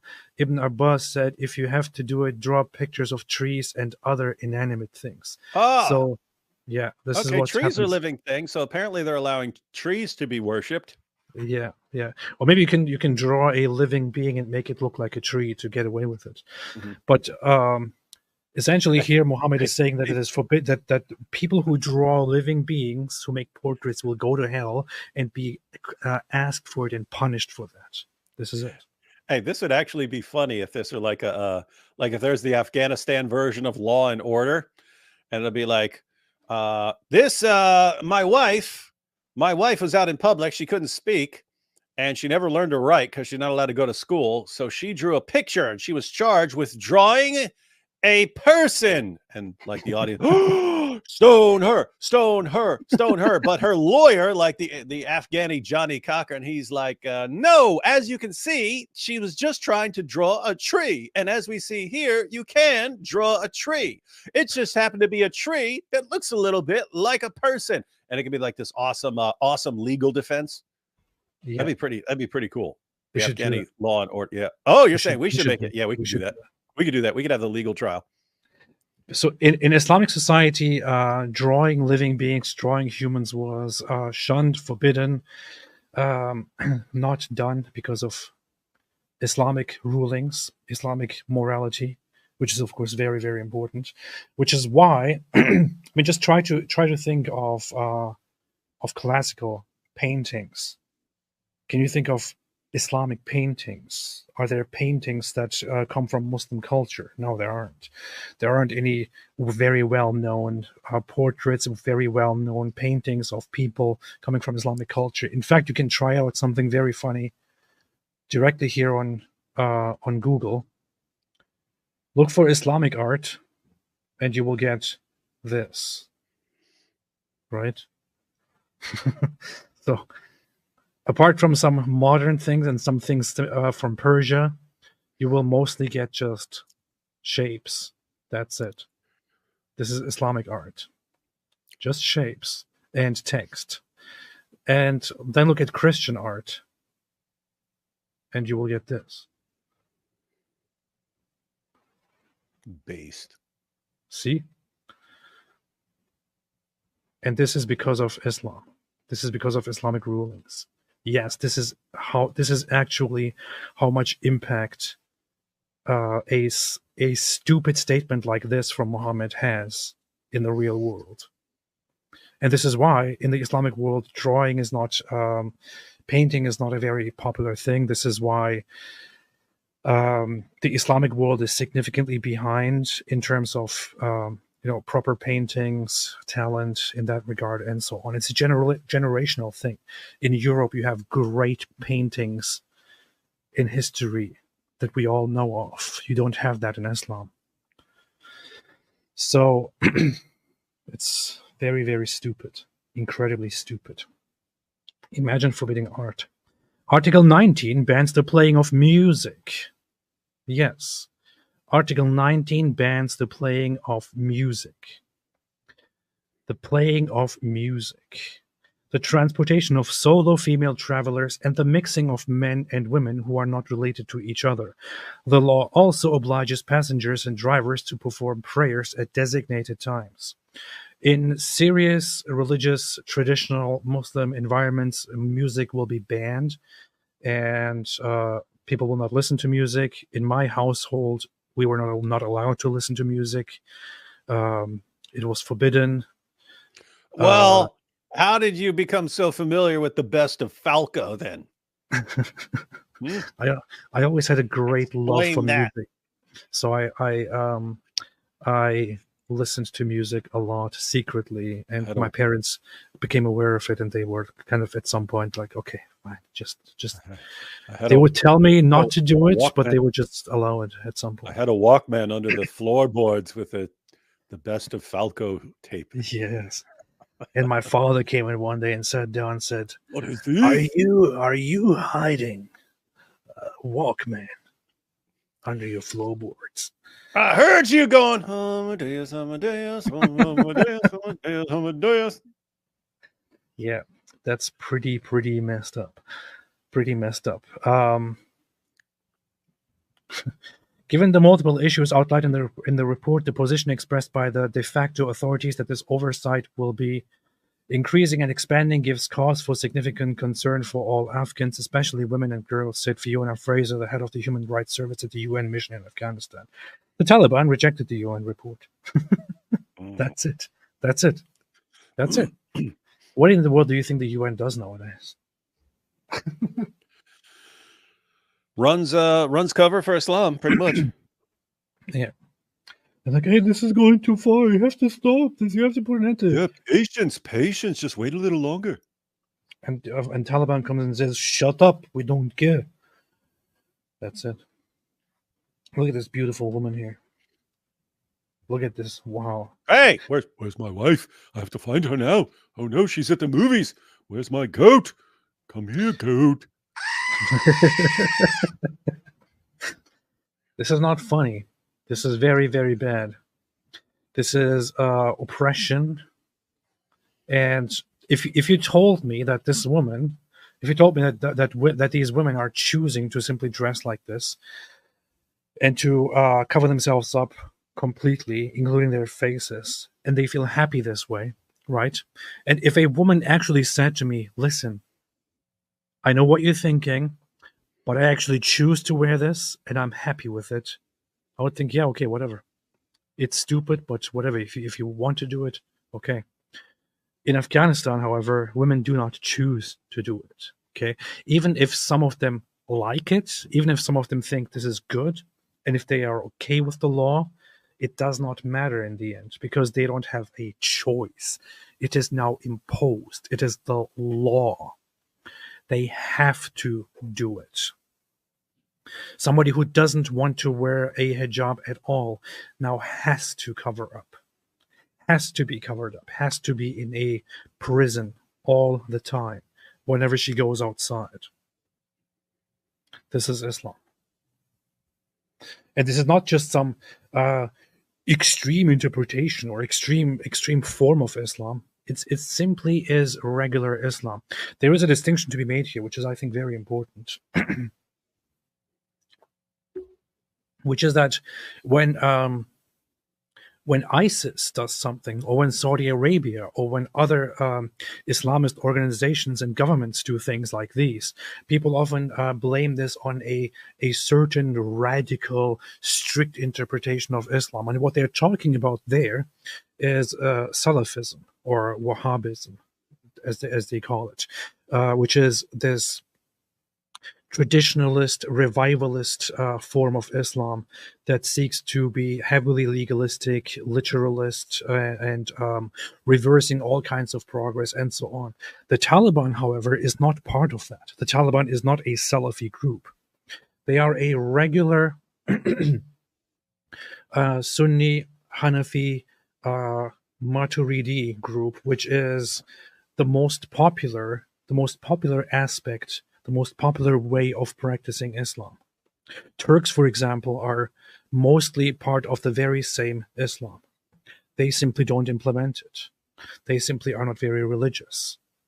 This is not about the ISIS ideology or the Salafi ideology, the Saudi Arabian ideology. This is simply about Islam. The Taliban simply follows regular Islam.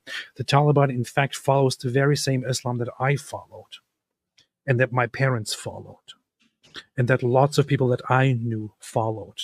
It's regular Islam. It's not a radical interpretation of Islam. It just means taking Islam seriously. I have their law book here.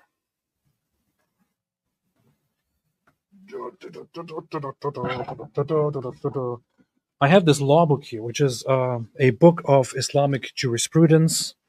It is called now I dropped all my books. It is called Mukhtasar al-Quduri. It's considered the most popular book of Islamic morality and Islamic law among Hanafi Sunni Muslims, which happens to be the biggest legal branch of Sunni Islam. Most Turks follow this. In fact, the Taliban promotes this book. People in Afghanistan and other places usually promote this book to follow proper guidance in terms of Islamic jurisprudence and morality. People in Turkey promote this book. People in my movements and my environment promoted this book. This is simply what the Taliban is following. This is not extreme. It simply is regular Islam implemented properly. That's it. This is what Islam is. This is why people should be aware of what Islam is and not allow it to thrive. That's it. David, what do you think about this Islamophobic speech? It's pretty much the most racist thing I've ever heard in my life. Thank you. Thank you. I appreciate that. All right. Let's look at some super chats here. Let's look at them super chats. Let's see what's happening here. All right. Mortal Wombat gifted 20 Apostate Prophet memberships. Thank you so much, Mortal Wombat. I really appreciate it. Very nice of you, Mortal Wombat. Very, very, very nice. Thank you. Ayatollah Khamenei said, IRS, IAP, you owe us 50 billion in taxes. AP, it's slow mode. Pearly, I felt so special when Mohammed Hijab called me Sharmuta in a sexy voice, so Islam must be based. The RFB says, what do you call Jews for Jesus? Christians. This is very offensive. Ayatollah Khamenei, Shmuley lost his cool and let his feelings get the best of him, and dressing in the Jewish slander outfit was not helpful. I have to say that is that was one of the most ridiculous things he ever did. Yeah, that wasn't great. That makes me think of a certain tweet that lives in my head rent-free, as the young people nowadays say. Jews control the world. Let me find this. Okay. I can never forget this tweet by Avi Yemini. So he tweeted this image of Rabbi Shmuley and said, Jews control the world. Dude, we can't even control Rabbi Shmuley. So it is a funny little point, right? Like, yeah. Like, wait, you have these diabolical masterminds in these sophisticated offices and conference rooms behind the scenes, and that's what they came up with? That's weird. Yeah. Again, everyone. I've always liked Rabbi Shmuley, but he went off the deep end. Yeah. That's pretty messed up. Somebody earlier said Shmuley is a funny name. It's actually literally the name Samuel is Shmuel in Hebrew, and from that Shmuley is derived. That's it. It's not very difficult, actually. Hu Jintao, my successor knows how to treat Islam in Xinjiang. Alhamdulillah. Gautam said, I'm curious to see hijab versus William Lane Craig. Oh, yeah. Oh, yeah. That's coming up. That's announced, right? Cameron announced, that's kind of a dream situation for hijab because we've been saying he's not going. I mean, he's never going to defend Islam unless he found someone who's like completely ignorant. There's no scenario where he's going to step up on stage with a critic and show why Muhammad is a true prophet or show why the Quran is the word of God or something like that. We know that's not going to happen. And we know he won't debate anyone who is basically on to his tactics. But the difference here is that like you could line up 100 Dawa guys, say, what do you want to do? What if the world was going to give you what you want? What do you want to do? 100 out of 100 would say, we want to sit there and attack the Trinity while someone's not going to attack our position in response. 100 Dawa guys out of 100 Dawa guys would all want the exact same thing, attack the Trinity without Islam being on the table for discussion. And that's why this is actually different, that they're doing a debate on the Trinity. It's not about Islam. Muhammad Hijab has been having a rough time lately, taking a lot of L's, lots of humiliation, being called out by lots of his fellow Dawa guys. And so this is like his opportunity for redemption. If he can go in there, blast away at the doctrine of the Trinity, he's thinking all will be forgiven. And so this is like his golden moment here. So see what happens. Beast. That's pretty true. Sandman said, David Wood, you heard the argument that 547, let them judge by what Allah revealed in it, proves that not the whole Injil should be followed. Sounds dumb to me. Have you heard that argument? I've heard that. And it says, because judge by what Allah revealed in it. They there are people who will say, oh, so it's not saying all of it. It's just what Allah revealed in it. Yeah. Now keep reading. Allah revealed all of it. Like if I said, hey, Muslims, judge by what Allah revealed in the Quran. No Muslim would hear that as, oh, I'm saying that there are parts that are corrupted and changed, but somehow they magically hear all these things when they're reading the Quran. That's true, isn't it? Apostate of Allah, what's up? Said, sup, big dogs. I have nothing to say. I just wanted to use the member milestone chat. I'm also looking forward to Hijab versus William Lane Craig and Shmuley versus Owens. Yeah, we will comment on both of those instances, both on those things that will happen. Shout out to Apostate of Allah. She has a channel that's going pretty well right now. Go subscribe to Apostate of Allah. She's doing good stuff. And also go subscribe to that Jewish girl. And also go subscribe to Celeria Rosencroix. Yeah. It is. Hey, little side note. It is cool that a bunch of people here are putting out content. That's cool. Yes, that's true. That's true. That's what they do. Cars in Depth. Tovia Singer is a better debater than Rabbi Shmuley. I have personally never heard either of them have a proper debate, so I can't really say anything about this. I don't really like watching debates anyway, especially if it's something I don't really care about very much. You might want to go back to because it was short. They had a kind of short debate on Faith Under Fire way back in the day, but it was Michael Brown and Rabbi Shmuley, and that's when I saw. If you talk about biblical prophecies about Jesus and so on, Christians have the ones that we normally go to, Isaiah 53 and so on. When it's a Messianic Jew and a Jewish rabbi, and they're arguing about whether Jesus fulfills the messianic prophecy, they're like they're going on a way, way, way deeper level and so on. But it was actually very cool to watch. We should review that one day. Look, maybe sometime after Rabbi Shmuley's debate. Sometimes we'll go through like his short debate with Michael Brown from like 20 some years ago. I like watching. I like Charlie Brown, so I might look into that. He's a clown. That I Charlie do Brown. like Charlie Brown. You don't even know Charlie Brown. Charlie Brown. Charlie Brown. He's a clown. He's gonna get caught. Yes, you wait and see. Why's everybody always picking on me? You know what I just remembered randomly? The hadith where where Muhammad sees a woman outside and then gets aroused and has to go to his wife and have sex. Oh. This is a hadith that I brought up in one of my oldest videos about women. Oh. And when Fareed made a response to that, he stopped and was like, okay, so what did the Prophet ﷺ do? So what did he do? Yeah, he went to his wife, right?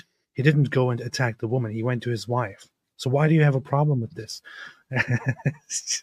I said it. That's what they look at it in a good sense. Like, oh, look, see, he went and ran to his extremely smelly wife, smelling like the stench of 1,000 armpits.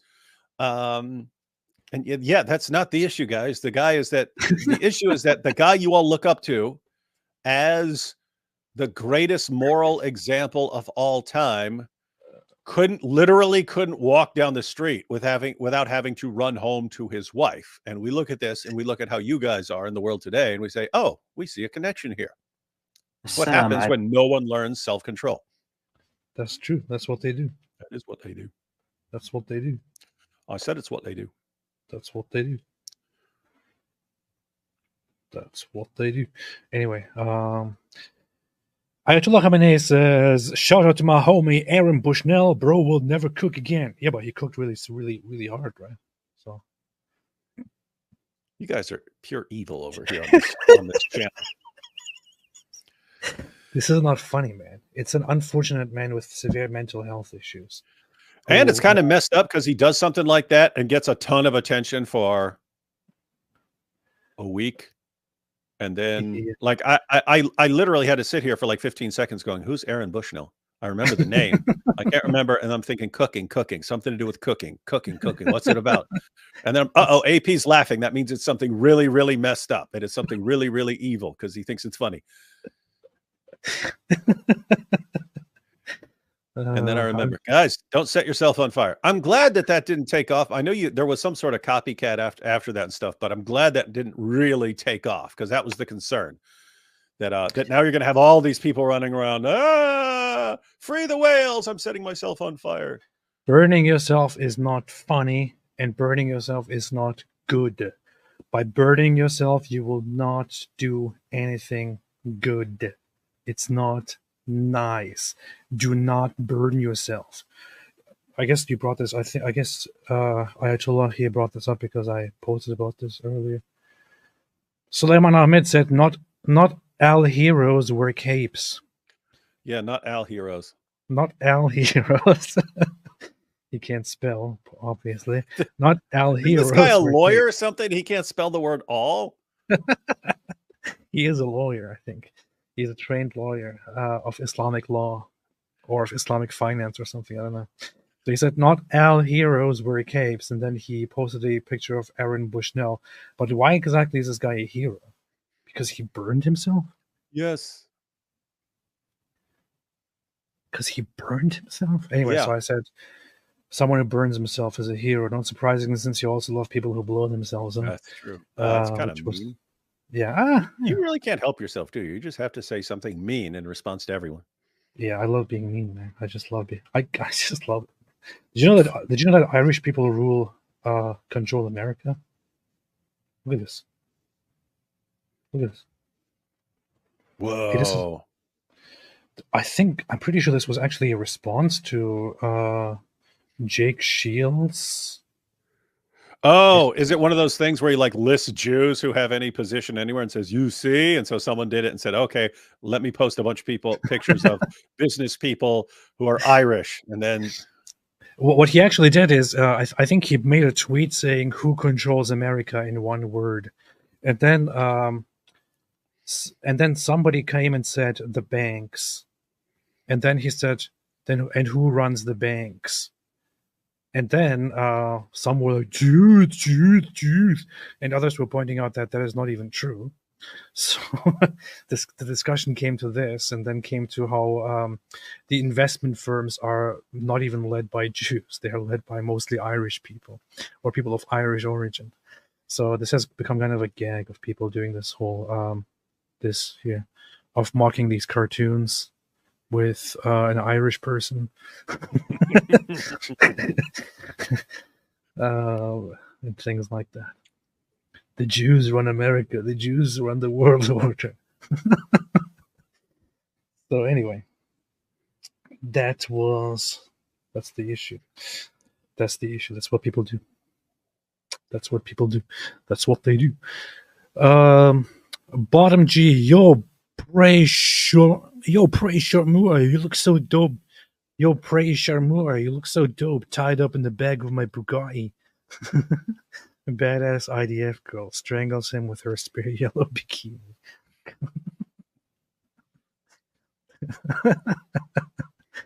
Oh man, Ayatollah Khamenei. I tried making popcorn again, and I Bushnelled it yet again. Oh, he's trying to start up Bushnell as the new word for burn. Burn. Like you say, if you burn someone up, you say, I Bushnelled that dude, man. I often can't remember the guy's name, and I keep thinking I remember it because I think arson, bush, burning, Aaron, and then bush, like in burning bush. So Bushnell. These are AP's mnemonic devices for remembering names. That's how I think. Natasha said, "Have you noticed Tater's eyebrows? Not even my gay friends have such plucking. I know, got mine done." Well, there was something that I brought up recently here, where I asked people why Andrew Tate sounds so gay, and of course, this is going to be a little bit uncomfortable for different reasons. But here is a comparison of Jordan Peterson and Andrew Tate. I'm really attracted to my wife. Well, and we've been isolated from each other for a long time because we were both so sick. It's been 2 years, really. Girls come to me and go, yeah, beat it up. I was like, oh, yeah, okay, cool. No, I mean it. No, bitch, I mean it. When I hear this, I think, why does he sound so gay? This sounds pretty gay. By the way, that was why there were that guy with all the dancing videos where he looks exactly like Andrew Tate. That's why those worked, because it seemed like the real Andrew Tate. Yeah, coming out to do all these nice dances in public places. OMG, slay. Go, yeah, beat it up. I was like, oh yeah, okay, cool. No, I mean it. No, bitch, I mean it. Yeah, slay, queen. I guarantee I changed the way you look at sex forever. The physical intimacy element of our marriage is extremely important. We're very careful about that. You're going to be fucking crying. I won't cry. I bet you cry, bitch. I bet you fucking cry. And value it extremely highly and pay a tremendous amount of attention to it. It's really important. You're saying I wouldn't cry. You're challenging me to a fight. You're saying I can't hurt you. You're out of your fucking mind? That the sexual element, the romantic element, those two things, when they're properly handled, they're indistinguishable. I don't even have to fuck you. Forget the sex part. That's a distraction. My dick can stay in my pants. I'll just start beating the shit out of you. How about that? We walk in the bedroom. I start kicking your ass. No sex. I just can't stand the sight of women. I can't stand the sight of women or the thought of sex. I just beat the crap out of everyone. No, I must admit. Let me go hang out with my bros. My bros. I must admit. I didn't really buy into the whole idea that Andrew Tate is a very tough guy, but I must admit today that he is actually very, very tough. So hearing this, that he really, really, really is very tough on beating a woman in the bedroom, in his bedroom. Wow. Never heard anything so tough and so brave and so stunning. This is amazing, man. This guy is so tough. Wow. Little side note, there is some screenshot-worthy material of some of the pics of just these random facial expressions for thumbnails and stuff for like a live stream. Yeah. Some of these are very good facial expressions for thumbnails. This is a good one. Yeah. Then, And if you think that sex is okay without romance, you don't know anything about romance. can I say this on YouTube? Yeah, I can say this on YouTube. I've legitimately done that. Girls running their mouth. I just start beating the fuck out. I'm not even having sex. They love it more than ever. They like it more. The less sex you have with them, the better. Because Better. And now your girls are all snitching on you. Yeah. Andrew Tate. I love it. It turns out when that girl, the girl who was 15, Vivian or whatever her name was remaining loyal to him and defending him and so on, I was like, gosh, he was completely successful in the conditioning and the brainwashing and so on, to the point where it doesn't matter what you do, these girls will still defend you. And yet here you find out that she was just remaining loyal because he was paying her. And then we didn't pay her enough. Then she's testifying against him. So great job, Andrew. There's a very dark aspect of this.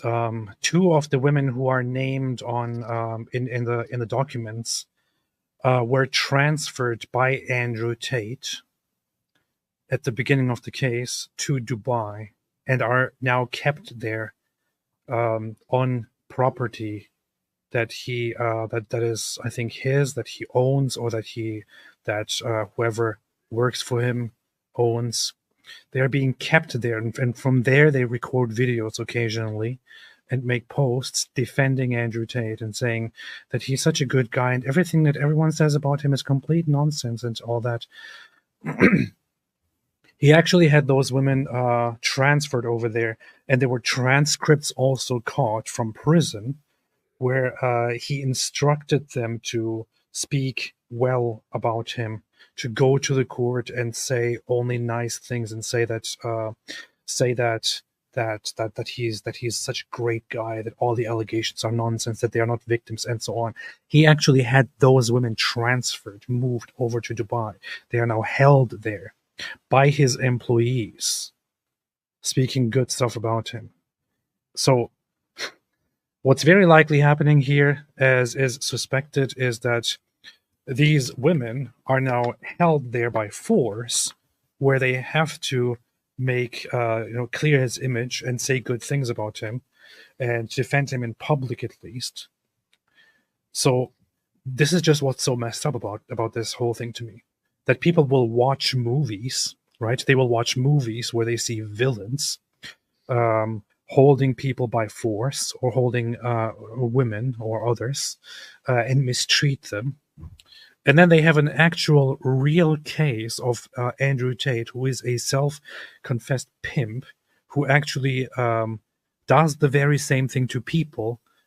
And those very same people who watch those movies then start defending this guy, Andrew Tate, the actual villain in real life. I hope this guy dies. Seriously. You're evil, man. You're worse than Andrew Tate. You want him to die? Yeah, no, you should want him to be humiliated. That's the worst thing that can happen to a narcissist. Total exposure, humiliation. Actually, the worst thing that can happen to a narcissist is him eventually being confronted with the fact that he couldn't manipulate his way out of a situation. And that is like, wait a minute, that's how I get by in the world, manipulating other people. Once you realize, oh, they're on to me, no one's falling for it anymore, what can I do now? It's like your life is over. Well, I don't know. I think there's a better solution. By the way, I think there are some isn't that some of the new charges that are brought against him was witness tampering and so on? I think that's some of the new stuff. Yeah, it is. What a dope, by the way. He's sitting there texting, and he's calling from prison where they're recording his calls, telling people what to do to get these girls, to say and stuff. And all of that is witness stamp. It's like, and then probably his lawyer afterwards, dude, why do you keep doing this stuff that's illegal and you just do it like an idiot and you don't realize it? Like, well, nobody told me. Nobody told me I could do that. I was locked up for years. Lots of dumb criminals fall for the good cop, the bad cop, all that stuff. They fall for these things. You always think, wow, what an idiot. What an idiot. He gave them the information that they needed to prosecute him. What a dope. Andrew Tate is in his own category. In other words, you would take the ultimate self-snitch that I've ever encountered in my life. Tate is like that times a million, like the dumbest self-snitch you've ever encountered in prison. Tate makes him look like a complete joke when it comes to self-snitching. He's the all-time king. No one's ever done it like this. This guy, criminal lawyer Brooks, he's awesome. He did a whole analysis, did multiple episodes on Andrew Tate, and he makes videos of criminals self-snitching, of exposing their crimes. And of course, when the whole Andrew Tate thing started blowing up, he looked into it and he immediately jumped on it because he thought this is a perfect example of a criminal self-snitching. And it is. People think this is not something that happens. It happens all the time. This guy covers it. This guy makes videos about idiot criminals self-snitching. They think they're so smart. They think they're so brilliant. They are so narcissistic that they actually think, I am so smart. I'm so brilliant. Nobody will understand this. Nobody will ever be onto me. And they self-snitch and they put themselves in trouble and they go to prison for decades. So yeah, look, self-snitching is normal. I mean, you can have the people who the cop brings him a soda and then all of a sudden, like, he's his new buddy, and or the cop goes, hey, just so you know, I agree with you, man. Yeah, wife gets out of line here, and yeah, that's what happened. I beat the crap out of her, and then you snitch on yourself. Self-snitching is normally it's just you're talking about what you did. So you robbed a place, and then you're telling someone. Not realizing that person then goes and tells on you. So you self-snitched. Tate he's in videos. He's making videos that millions of people are watching, running his mouth about it.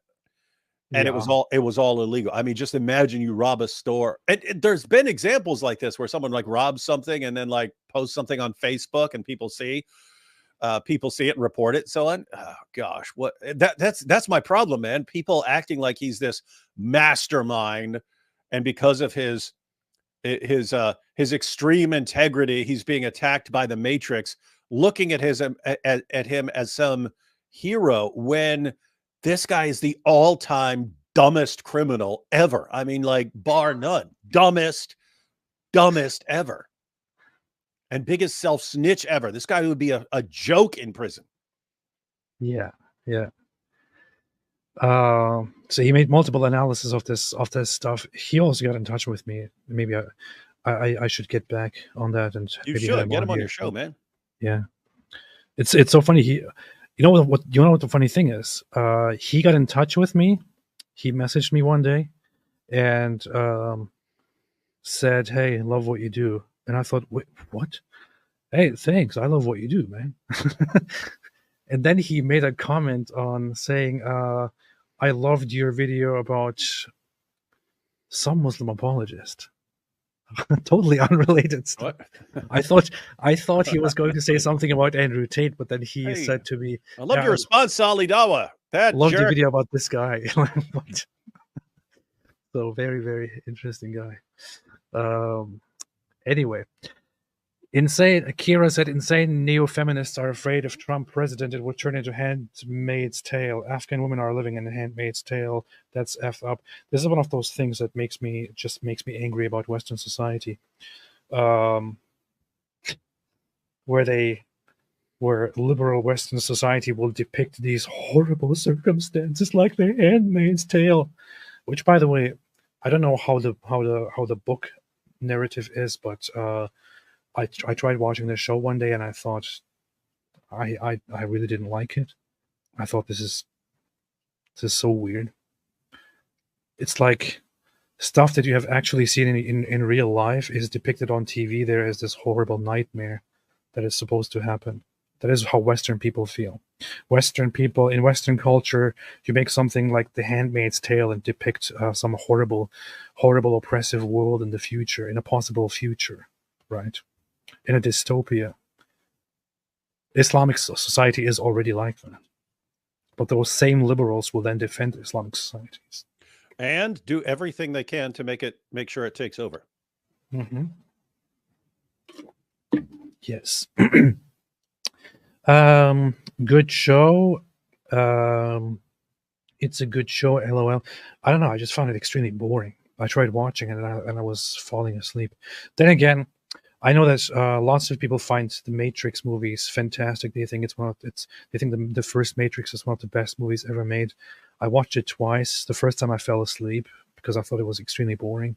The second time I watched it, paying close attention to it. Stupid. The second time I watched the whole thing, paying close attention to it, and I get it. I get the message, and I understand why some people think it's great and it's very smart and all that, but I just think it's not that special. It's probably one of the most overrated things in the culture. It's horrible. You are sounding extremely gay right now, AP. Extremely gay. That's all I can say. Plus, it's not even smart. It's not even. Oh my goodness! It's not even that smart. Multiple things don't make any sense. No, there's one thing. There's one thing they screwed up. One thing. It's when they said they were turning human beings into batteries. That exactly. Was the thing that made exactly. no sense, right? Human beings. When I see something like that, human beings are terrible means of converting energy to another. It's because we're very we waste a lot of energy. So if you're using a human being, you're putting in more energy than you're getting out. It's stupid. So that's ridiculous. In the original was it avoided this. I have no idea why they changed it. In the original was human beings became part of this network because the computer was using their brains as part of this network. So they're using human brains as like computer chips. And so they linked all the human brains to be like a giant computer and so on, which that makes sense. As crappy as human beings are as batteries, they would be very powerful computer processors. So that would have been great. And I don't know why, because other than that, it would have been an awesome. I mean, it's still silly, but would have been really awesome without that one stupid thing about batteries. It even holds up a battery to turn human beings into this. He holds up a Duracell. I just find the whole thing ridiculous, man. It's so childish to me. The whole pretentious way of talking during the whole movie. Oh yeah, they kind of went overboard with like everyone has to dress cool and be super cool and stuff like this, and everyone has to be decked out in leather. That's how you'd go around if you were in the Matrix and so on. But other than that, it was a banging movie, man. They had kung fu, and that's it. I don't know. No, it was awesome, man. They had one of the coolest villains of all time, Agent Smith. It's on my top 5 movies, top 5 most overrated movies of all time. No, it's not. Hey, the interrogation scene where they first bring him in. They must have actually like really studied police interrogations, because he did everything. Agent Smith seemed like someone who was programmed with every sort of interrogation tactic known to man, and like does like the perfect, we're on your side, why don't you give us what we need, we'll help you out, and so on. But right when he walks in the room, it was like every single super good cop as far as who can get information out of people, like he was all of them rolled into one. It was too perfect. So stop hating. Great Blade movie. Runner is good. I like Blade Runner. It's a bit too long for its genre, though. I mean, honestly, even the Barbie movie is better than The Matrix. Anyway, Lil Drill Music said you guys should watch Alex Jones Will Hunt Down the Enemies of InfoWars. It's really funny. You should put it on. We'll have a look at it. Alex Jones Will Hunt Down Enemies of InfoWars. There are people out there. Return of the Frog's gay, and we're gonna hunt them down. Come on over here. Come on, coward. Come on over here. Come on, coward. I know that I want to punch you in the nose. I'll beat your goddamn ass, you son of a bitch. You're an intellectual dumbass. Okay. I can't play the whole thing because of music. Yeah, but, there's a concern about the music. I don't want the stream to be taken down. I told you before that I had never actually watched anything by the guy, and all I'd seen were like these compilation clips of him acting totally unhinged and so on. So I thought that I was like, why does anyone watch him? He sounds like a complete lunatic. Until I watched him respond. One day, I watched a clip where he's responding to Joe Rogan. I was like, oh, I get it. This is awesome to watch. So they're saying, Yeah. and Joe Rogan says he want to give me a hug. I don't want a hug. I want war. I'm built for war. And I was like, he's saying this to Joe Rogan. I'm just like dying laughing because Joe Rogan would beat the crap out of him. Anyway. Yeah. Blade Runner sucks. The original one from the 80s, not the later one. It's weird. I saw it. I don't remember it. I mean, I remember like some of it. I remember you got Rutger Hauer acting all creepy, and then Daryl Hannah's doing backflips and stuff, but I don't remember it very well. Stephen Glenn said, I think AP is rage baiting. LOL. Yeah. You actually did get that one. I many of the things that I say about what people really love when I start talking trash about it, I only mean like 10% of it. Most of it I just do because I love people getting outraged about such supposedly common sense things. Yeah, it's fun. I love it. That's what I do. Urinating upon one another. That's what they do. Hu Jintao said China should take MO, hijab, Ali Dawa, Dili Hussein to Xinjiang for education. Also, Suleiman Ahmed, that guy deserves to be there just for his accent. That guy really has big problems, man. He really needs to. I actually, earlier today, I was sitting here and I was thinking, remember when Suleiman Ahmed had this debate with Destiny, and he said this thing, and historians actually say that totalitarians, last longest, and they also say that Islam, the Muslims are currently the totalitarians. So I was thinking about that randomly, and I thought, I'm still wondering what the hell he was trying to say. So I checked it quickly if Destiny is live. So I went on Destiny's Discord and said, hey, Destiny, I have a quick question. Do you have any idea what Suleiman Ahmed meant to say that day? He said, I have no idea. I said, okay, well, thanks. So yeah. So nobody knows. Nobody knows. We still don't know what exactly he meant. We will never know. Ari Wasserman said, saw in JNS that Talib Sharif, the imam who made dua at the DNC, is Muslim Brotherhood and from the Nation of Islam. Well. That wouldn't make no sense right there, what you just said. Muslim Brotherhood would be Orthodox Sunni. Nation of Islam would not be, so. Yeah, Nation of Islam and Muslim Brotherhood would be different. In other words, Muslim Brotherhood would view Nation of Islam as heretical. That's true. Nation of Islam is a cult. They are not considered Muslim, even by Muslim standards. I would say it's even, like we had the discussion about Mormonism and Christianity. I would say the Nation of Islam is even more detached from Islam than Mormonism is from Christianity. Yeah. Ayatollah Khamenei, Myron's head got them potato chip ridges.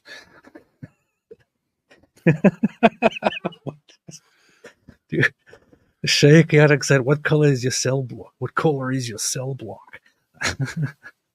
What color is your cell block? Did you see Andrew Tate lawyer on Timcast lawyer saying, Andrew Tate, a great man on Timcast saying Andrew Tate crimes are 10 years ago, Dawa guy? Was it on Timcast? I don't know. I saw recently something disappointing from Tommy Robinson, where I think yesterday he was on a Spaces on Twitter, and he was asked about if he believes whether Andrew Tate is guilty of what he's accused of recently or not, and he said that I don't believe it. I don't believe it at this point. If independent judges come together and judge and conclude that he's guilty, then I will believe it. But right now, the media lies, people lie, and I don't believe it. So anyway, I sent him a message saying, "Hey, I have it all. I even have hundreds of pages of documents, and I'm happy to talk to you about it. So just let me know." Usually it takes quite a while to get back. Let's see. You should get Milk Bar on here. Inshallah, should do that. I actually have, there is a 400-page document of the whole indictment of Andrew Tate and Tristan Tate and the others. I think it's 450 pages or 500 pages. I have all of it. I have it all. I can literally go through the whole thing. I'm actually planning on making a stream and going through the entire thing and just putting it out there with the title. Hey, if you're gonna read through something like that and do your big live stream, you should also come up with a powerful condensed version, because Milk Bar and Murdered by Crayons actually helped out a lot of people with by putting some of that stuff into some short shareable versions. And now Tate, you see, like Tate's like saying they're gay and they're pedophiles and stuff, like attacking them like that now. Yeah. Hey, that's funny. Logan's Run. I think this is kind of a cult movie. I watched that a long time ago. I actually kind of liked it. I don't think it's a very good movie, but I like things like that. That was a very weird movie. Robin Hood, Claude Rains. I want to create a movie critic channel where I just talk trash about everyone's favorite movies. That would be funny if you're just like, but you're like talking about like the greatest movies of all time, but just like trashing them. Yeah, Inception, one of the worst. You know, Interstellar. How can it be so horrible? You know what was actually funny was Key and Peele. They did this thing where they made this alternative channel with these alter egos, and it was called Critiquer's Corner. And they would, as their characters, they would make fun of the Key and Peele skits and say how to improve them, but they never understood what the actual point of the video was. So they always misunderstood it. And then they attack the video based on their own misunderstandings. Something like that, where you're making fun of these movies, blasting away at them, but it's because you don't even understand like what the real plot was. Yeah, that's funny. That'd be funny. That'd be hilarious. That'd be a funny little side channel. That'd be funny. You're gonna trash Gladiator next? No, don't be ridiculous. That's an actually good movie. That's actually a pretty good movie. Nothing intelligence-wise to critique about it. It's just a very good epic, which I appreciate. I will ban you if you suggest that I should talk trash about Gladiator. Robin Hood, Claude Rains, Police, Captain Casablanca. I'm shocked. There's gambling going on here. Manager, you're winning, sir. Andrew Tate, I'm shocked. There's trafficking going on here. Ari Wasserman, Kamalahu Akbar. Good morning, gentlemen, said Vic Kumar and AP. It's funny how Islam uses the left to push an ultra-fascist religion onto people. That's what they do. Islam always takes advantage of you. And the left happens to be very stupid and often lacking basic principles to stand by its own values. They will easily help something as vicious as Islam and then be stabbed in the back. It's very obvious. Everyone who understands both of the ideologies knows. As soon as Islam wins, the first thing that Islam will go after is the left, the progressives, the progressive values. If communists together won with Islamists, the first thing the Islamists would go after would be the communists. But the communists, the leftists, the progressives, aside from sharing some qualities, also happen to be extremely ridiculously stupid, where they all the time, wherever you look, make this incredibly stupid move of helping the Islamists get to power and then handing them the knife with which they get stabbed in the back. It's so stupid every single time. That's what they do. Ayatollah Khamenei, the Ottomans did nothing wrong, said Caliph Dan Bilzerian. Yeah, the Ottoman were solid creatures, man. Ayatollah Khamenei said gifted Apostate Prophet memberships. Oh, thank you so much, Ayatollah. Thank you. The MB should become Ahmadiyya to show Islam's diversity. Sheikh Gadek, had a Muslim on X tell me the hadith I showed him was Zionist propaganda. I proceeded to laugh so hard I threw my back out. I get it. That's pretty good. It's pretty The Hadith is Zionist propaganda. It's actually funny. ISIS are the Jews who truly worship Ezra. They believe in the trajectory of Lord Ezra. Says Mish SWB. Fox McCloud, isn't Dan Armenian? Islam is responsible for disappearing half its people's population. Yeah, well, some people, you have this band, for example, System of a Down, and they are Armenians. They recognize their heritage. They're actually kind of, I want to say, proud of it. And they have spoken in the past about Armenian suffering at the hands of Turks. You have people like that who are aware, who have some self-awareness, and then you have idiots like Dan Bilzerian who just live in complete nihilism and degeneracy, and then come out and hop on the latest trend, and then start talking the biggest trash about how the Jews are actually the bad guys. The Jews committed the genocide. Actually, maybe it wasn't even maybe it wasn't Turks, or maybe it was the Jews who did it. Everything was done by the Jews. I mean, to this day, we don't know who did the Big Bang. Who did the Big Bang? Big Bang! It was the Jews, I'm telling you. Cam said, told you guys he would convert from PBD. He is perfect for Islam. Him and Andrew started a channel called Bro Hub. Sorry, Goat Hub, they're coming for you. That's good. We should start Bro Hub. First time I ever heard of PBD was when he complained that Shapiro was a wuss for being mad at Joe Rogan for saying that Jews love money. Really? That's... yeah. PBD is pretty weird. The events in Afghanistan clearly show collusion on the part of Big Whiteboard in order to increase shareholder value, sickening American capitalism. This is a good theory. And we should go after the whiteboard companies. Yeah. Alhamdulillah. Destiny and Javad debated on MDD. Will you review? Here's the thing. I like Destiny despite the fact that he's a very sick person. I really don't like Javad. Javad the Shia dude? No, Javad he's not Shia. He's regular. He's Sunni, but he's kind of Javad Hashmi. Yeah, he's like Shia or Ismaili or something, isn't he? No, he's not. He's a Sunni. How he blasts the hadiths? No, he has big disagreements on interpretation and reformism and stuff like that.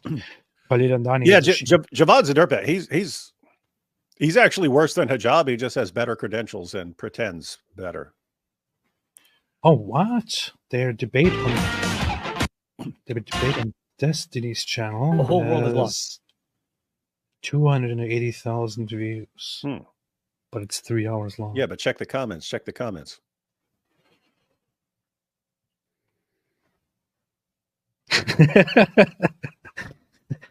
Javad, here's 10 quotes. Destiny, what are the contexts of the quotes? Javad, here's 10 more quotes. God. The one thing I learned from Jawad is that no single Arab has ever attacked a Jew. Nice. That's true. ChatGPT generate 3 hours of pro-Palestine propaganda in the style of Norman Finkelstein. These comments are funny, man.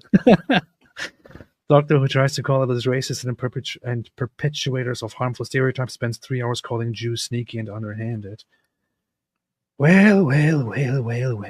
That right there is an important point that's just, I mean, the level of hypocrisy that for decades we were told, hey, it doesn't matter how many Muslim terrorist attacks there are, you can never associate it with Islam, and you can never be at all suspicious of any other Muslim who hasn't already died in a terrorist attack. That's what we're told by the Muslims and the leftists forever. And then all of a sudden we get to the issue of Israel, and anything any Jew has done or ever said literally in the entire history, anything any rabbi has ever said becomes the standard for all Jews everywhere. And again, it's the same exact people who are telling us don't associate what that Muslim did with other Muslims, and now anything from any Jew in history. That's funny. I think my chances of getting into Harvard are sky high now. It's because Javad is at Harvard, right? Look at the one below that. Mr. Borelli. Another PhD added to Mr. Borelli's collection. He's a PhD on religion, not history. It is like someone having PhD in philosophy trying to debate theoretical physics yet call themselves a PhD. That is an interesting point. But I don't know what exactly they're talking about. It looks like he's wearing makeup. Most replayed part. Let me see here. So that's another big talking point of Zionists, where they say you're going to talk about how the 3 no's no actually is like yes in Arabic or something, or what are we doing here? That's funny, right? That's funny. I didn't know what he actually sounded like. That's funny, right? It was actually funny. The 3 no's is an agreement by the Arab nations after the 1967 war to what was it? No peace, no recognition, no something with Israel. There was Arab policy to completely shut Israel out and only talk to Israel once Israel is destroyed. So, Avi Schleim, quote, in fact, the conference was a victory for the Arab moderates who argued for trying to obtain the withdrawal of Israel's forces by political rather than military means. Not a de jure recognition of okay. At Khartoum, Nasser advised and indeed urged King Hussein to explore the possibility of a peaceful settlement with Israel. Quote, but Israel's leaders feared the new manifestations of Arab moderation and progress towards peace. They therefore deliberately misrepresented the conclusions of the Khartoum summit. He's eating his lunch. Is this really what he's doing the whole time? Is this what the comments are saying? He's just reading in the debate? Yeah, I mean, he's just quote, blah, blah, blah, quote, blah, blah, blah, quote. Look, reading is reading is a good thing. Reading is essential to preparing for a debate, but just reading lengthy quotes during a debate, that's not what you're supposed to do. As the climax of Arab intransigence in order to justify the toughening of their own position. Iron Wall, page 276 to 277. Meanwhile, while you're talking about the 3 no's of 3 no's, no negotiation. Okay, so it's no recognition, no peace, no negotiation with Israel. That's what they do. The Palestinians, here are the 5 no's of the Israelis, even as late as the 1990s. Israel, quote, clung to the current 5 no's. No to a Palestinian state. No to a return to the 1967 borders with only minor modifications. No to a discussion of the permanent peace settlement. No to withdrawal from the Jordan Valley. And no to a negotiation with the PLO.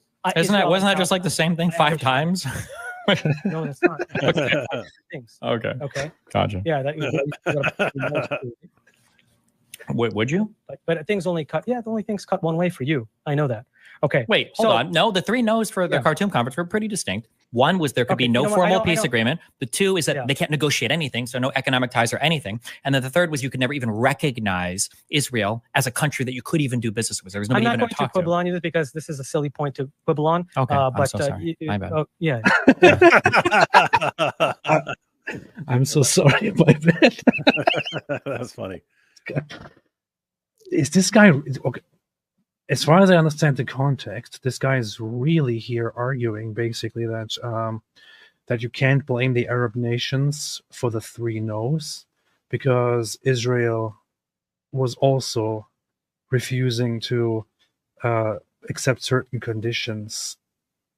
Excuse me, we just mentioned, look at this. 3 no's. The 3 no's, Khartoum resolution. The 3 no's are the following. No peace with Israel, right? Here, no peace with Israel, no negotiation with Israel, no recognition of Israel. 1967. If Arab countries agree that there will be no negotiations with Israel, what exactly is Israel left with? What standards, what agreements, what conditions? This is so weird. Okay, this seems like a very, very, very silly debater, Jawad. When Zionists, you did whitewash. I'll show you how you whitewashed it. You tried to downplay. You said only 10 to 20,000 people fled, were expelled. It was like 700,000. What are you talking about? I have the. Yeah, what is the receipt? What did I say? 10 to 20,000. What? Okay. I come with receipts, my friend. So, okay. But wait, let me finish my second. My bad. Point, yeah, go ahead. Which Destiny, man. Okay, well, it looks like Destiny ate the guy up. So, inshallah. He also Javad challenged me to a debate on modern day debate on the same topic, and I never responded to him. Honestly, James sent me an email, I think, asking if I want to do the debate. I said I'm not really that interested, and I left it at that. When I saw that they have a debate scheduled together, Destiny and Tim, I thought, I wonder if I should debate him. But then I'm still leaning toward no, because I really can't stand the guy, and I can't imagine that it will be an enjoyable debate at all. I think it would be torture for me, and I've tortured myself a lot in public, and I like it, torturing myself. But this one is too much even for me. Apollo's Christian Apologetics said Israel is actually merciful to Muslims and Palestinians. They could end the Islamic faith by flying a plane at the Kaaba, and Islam would lose all hope. You know, the other day, Israel rescued a hostage from Gaza.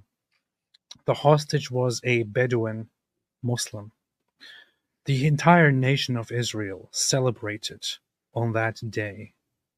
Religious people, non-religious people, secular people, right, left, across the board. Israelis were happy and celebrated on that day the rescuing of a Bedouin Muslim guy who was captured by Hamas. It wasn't some Jewish guy who is allegedly white. It wasn't anything like that. It was a regular Bedouin Muslim guy, and the entire nation of Israel was celebrating, and they are still celebrating. And yet you will again have people going around and accuse Israel of only caring about Jews and this and that. It wasn't even for publicity. It was the entire people of Israel celebrating the freeing of a Muslim guy who is simply Israeli because he's from Israel and who was captured.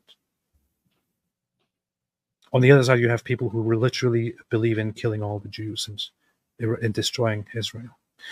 Cam, hijab see though, watch out, guys. Hijab see though, watch out, guys. Yeah, that's true. That's true. Carlo Magno, I don't know, AP. At least they'll never have a Kamala Harris for president. This is a good point. I might move to Afghanistan. Mm-hmm. Anley, thanks for exposing Islam for the horror that it is. Thank you, Anley. Appreciate it. D. Bodro, hey, what's up, D? If they would allow enough women doctors, they could remove the vocal cords of little girls before they are married off. A 50-year-old man's dream. 50-year-old man and Andrew Tate. Yeah. It's pretty dark, but yes. Man, Muhammad's companions really be pioneering the goon lifestyle. 8th century Arabia really changed the game for Chuck Berry. Don't look it up. Okay, I won't. Ari Wassam and Chris Hansen, why did you say to her, I always watch you go to pee-pee every night? Umar Ibn al-Hijab busted. Hey, did you see this video by, you should watch the video by Egyptian Atheist. I shared it on my community tab. He actually made it. On hijab? Yeah. I did see that. It's pretty amazing. Pretty damning. He actually told me about this. He texted me and called me and told me about what he found about Muhammad Hijab from many years ago, that he ran basically a fraud certificate business. Then he made a video about it now, and it's pretty harsh. But of course, Muslims never lie. Ayatollah Khamenei said AOP loves his what? Something Peas loves his talk about bathroom watching so much that he's posting toilet emojis. Truly a new level of degeneracy. Yeah. Oh, you were referring to Peas, that user who was talking trash about Jews and Christians in the chat, whom I banned earlier, because all he did was just that. Pretty weird. Taz bought jizya from the appalling Islamic communist state of really not so great Britain. Alhamdulillah. I guess thank you for the jizya. Guess if I'm Turkish, that's how I feel. Yeah, bad. All Turks always feel bad. Muslims, how is your religious leader acting like Stifler? Bro, hide the pies. K-Forcer, Ahmed Masud. I never even watched it. I only saw one scene in my life. That's all I know about it. Yeah, I never saw it either, but I know I heard what the I heard he humped a pie or something like that. So yeah, that's the only thing I've seen of it. Yeah. But that would be Muhammad. Oh, I can't find my wives. So K-Forcer, Ahmed Masud wants a woman PM for Afghanistan. Alhamdulillah. Mojab, a Sharmuta comes and goes in the shape of a devil like you. The RFB, I love that big oaf voice that both of you use to make fun of all those a-holes. I've been using it too. It's too good. Thank you for all you guys do. Appreciate it. I don't know what you mean. I only use my natural voice always. I never fake voices. You see? Ayatollah Khamenei, Islamic teen movie of Muhammad's life, be like, I have to take care of this. Coach Allah, where's Muhammad? The big game is tonight. Muhammad, I'm in the bathroom. I'll be right there.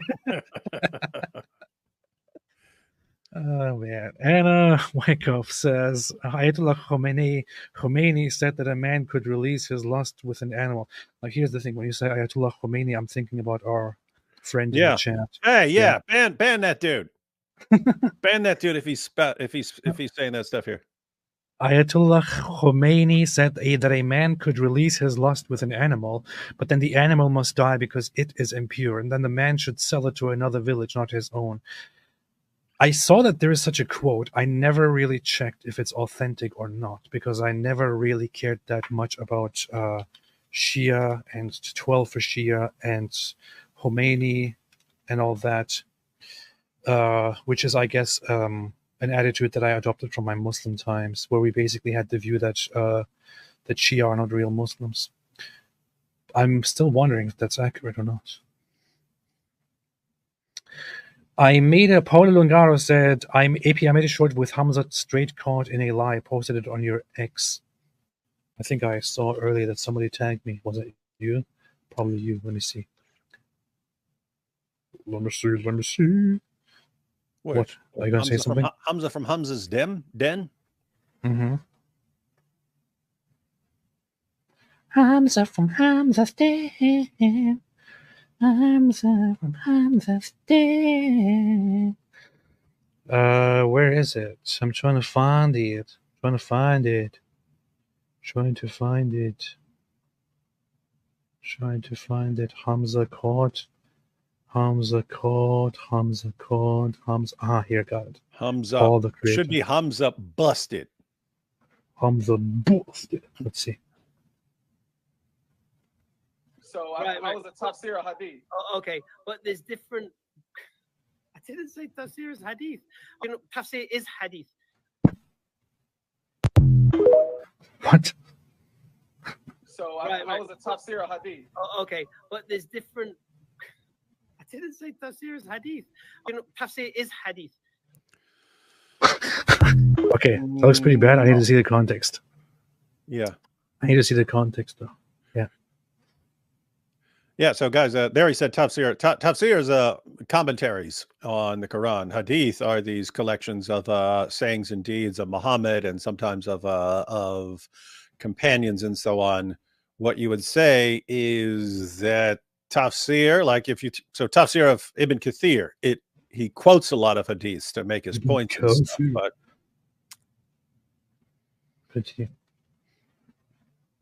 Continue. I interrupted you. I'm very sorry. I apologize. Just saying. I apologize. I'm sorry. No, I was done. That's all I was saying. I'm sorry. It's my fault. I apologize. I was looking for something else. Did you see recently people making posts? Wait,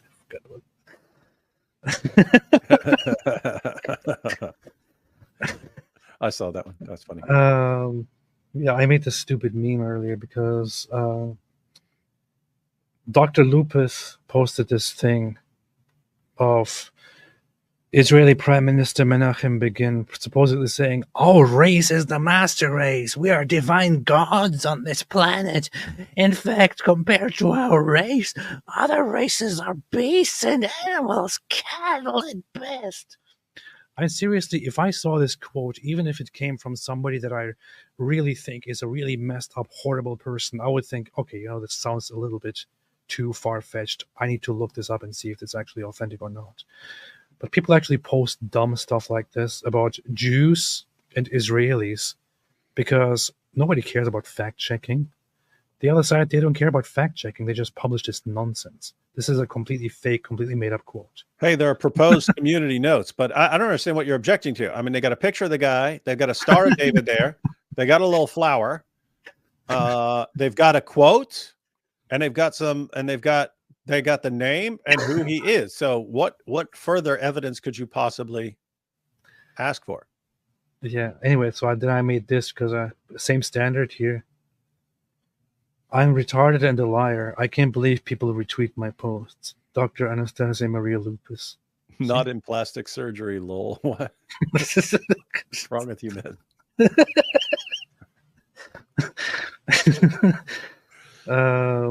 Yeah. People have been making these posts about terrible people like Hitler, saying the world owes him an apology. So I decided to use the same concept into Netanyahu instead. Adi Wasserman said, Israel comes and goes on the shape of a devil. Hamas runs home to stick their hard rockets in the warm, wet Talmudic tunnels. This is true. Alhamdulillah. That's what they do. Urinating upon one another. Cam said, David should do Bob Ross in the Boom Boom Room. Oh, yeah, because he'd be in trouble for... Oh, well, no, he might be okay because he likes painting pretty little trees. Yeah. Makes me think of, what's his name again? That one guy who did a parody of him. Oh, Steven Crowder did that, man. Steven Crowder, yeah. Yeah, that was classic. Yeah, kind of a jerk. And Wyckoff said, how is anyone there going to practice medicine if they cannot have big picture, cannot have pictures of living beings? What do the medical textbooks look like? Well, we just replace human beings with trees in our pictures. And then we practice operating using pictures of trees. Operating on trees. That's pretty good. Beatrice Nunes said, Boom Boom Room, Muhammad and the Devil Woman. Hey.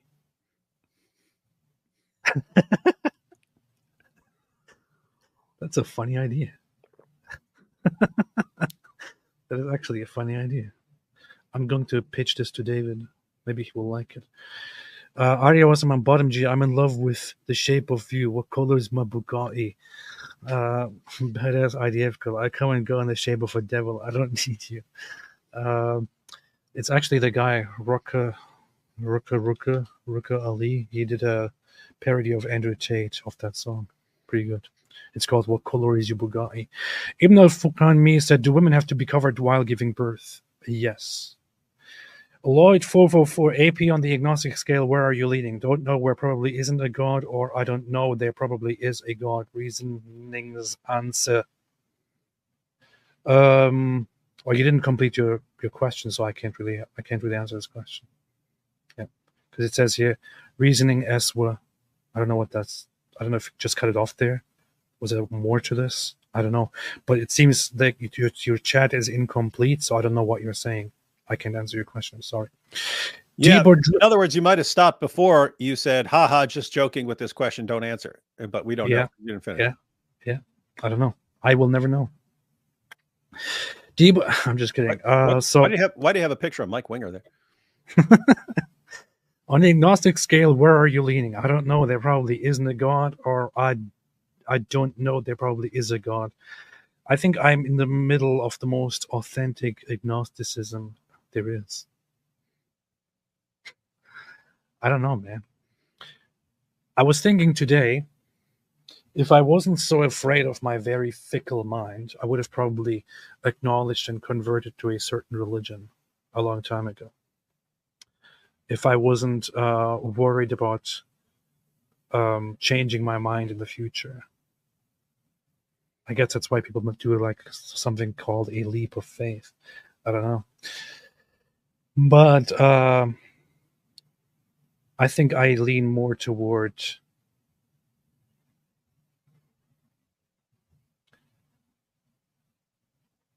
I think I lean more toward the second one at this point. Take that as you wish. D. Boudreau said, a friend here told me people have two phones, one used for checkpoints. If physical search finds a phone with pictures of female friends, they get beaten black and blue. I've seen photos of injuries. What? A friend there told me. Okay. You've been in Afghanistan? That's pretty messed up. Well, there is a lot of blame to be put on the United States in terms of Afghanistan, where Afghanistan is right now. And there were things the United States could have done when they were in charge of Afghanistan.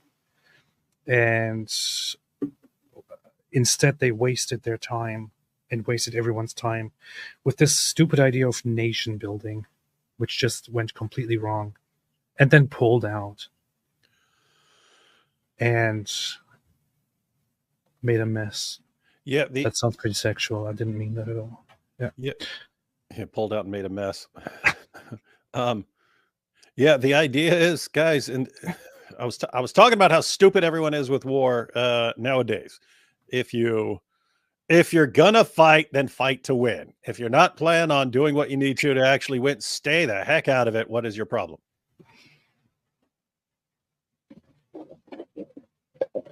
That's true. And Wyckoff said, covering women is about as funny as going back and visiting an 1860s U.S. slave market. This is true. That's the kind of comedy that we all love. Lloyd444, my jihad is sharing Keir Starmer memes. I don't know why you guys have a problem with that. All he does is put British people in jail. Ayatollah Khamenei said, AP, Egyptian atheist, made a new video in his sardonic style exposing Mohammed Hijab's scam artist dad. Check it out. Really? That's interesting. Huh. Yeah, we'll have to check that out. I should see that. I should check that out. Interesting. Who did you say? Egyptian atheist. Okay, I'll check it out. Philip Daniel, you should read Rescue the Surviving Souls by Adam Teller. It's about Ashkenazi Jews enslaved by Muslim Crimean Tatars in the 17th century. They were actually doing that. They were actually taking people from Northern and Eastern Europe and enslaving them. They were raiding for slaves. Mechanique, but I will check that out. Rescuing the Surviving Souls. Rescuing the Surviving Souls. Rescuing the Surviving Souls. I'll check it out. We'll check it out. Mechanique, thoughts on Nabi Asli? Beats more than Netflix anyway. Yeah, I think he does some good stuff. Lloyd444, have either of you reviewed the book Muhammad's Quran by Peter McLaughlin and Tommy Robinson? Nope. Makes sense the Irish runs the bangs. I'd rather have a leprechaun handle me a pot of gold. Yeah, me too. The Irish are doing a good job running the world, man. Go top. AP, you look like an Ottoman. Burr, Schnell. There's a movie came out this year called The Goat Life, and every time it comes up, it reminds me of Goat Up and you guys. Is there really such a movie? Yeah, there is. What the hell is that? Herding goats, something. What is this? Is it an Indian film? What's that about? I don't know. It's called The Goat Life. Yeah, but like, what would a movie called The Goat Life be about? I don't know. It's a Malayalam language survival drama film written, directed by Jugu. We're forced into what? It is an adaptation of the 2008 best-selling Malayalam novel Adujivitum by Benjamin, which is based on the real-life story of Najib, a Malayali immigrant laborer who were forced, one among thousands of Indians who were forced into slavery in Saudi Arabia as goat herds in secluded farms in the deserts by the native Arabs. Okay, I thought this has no relation to Muslim culture at all.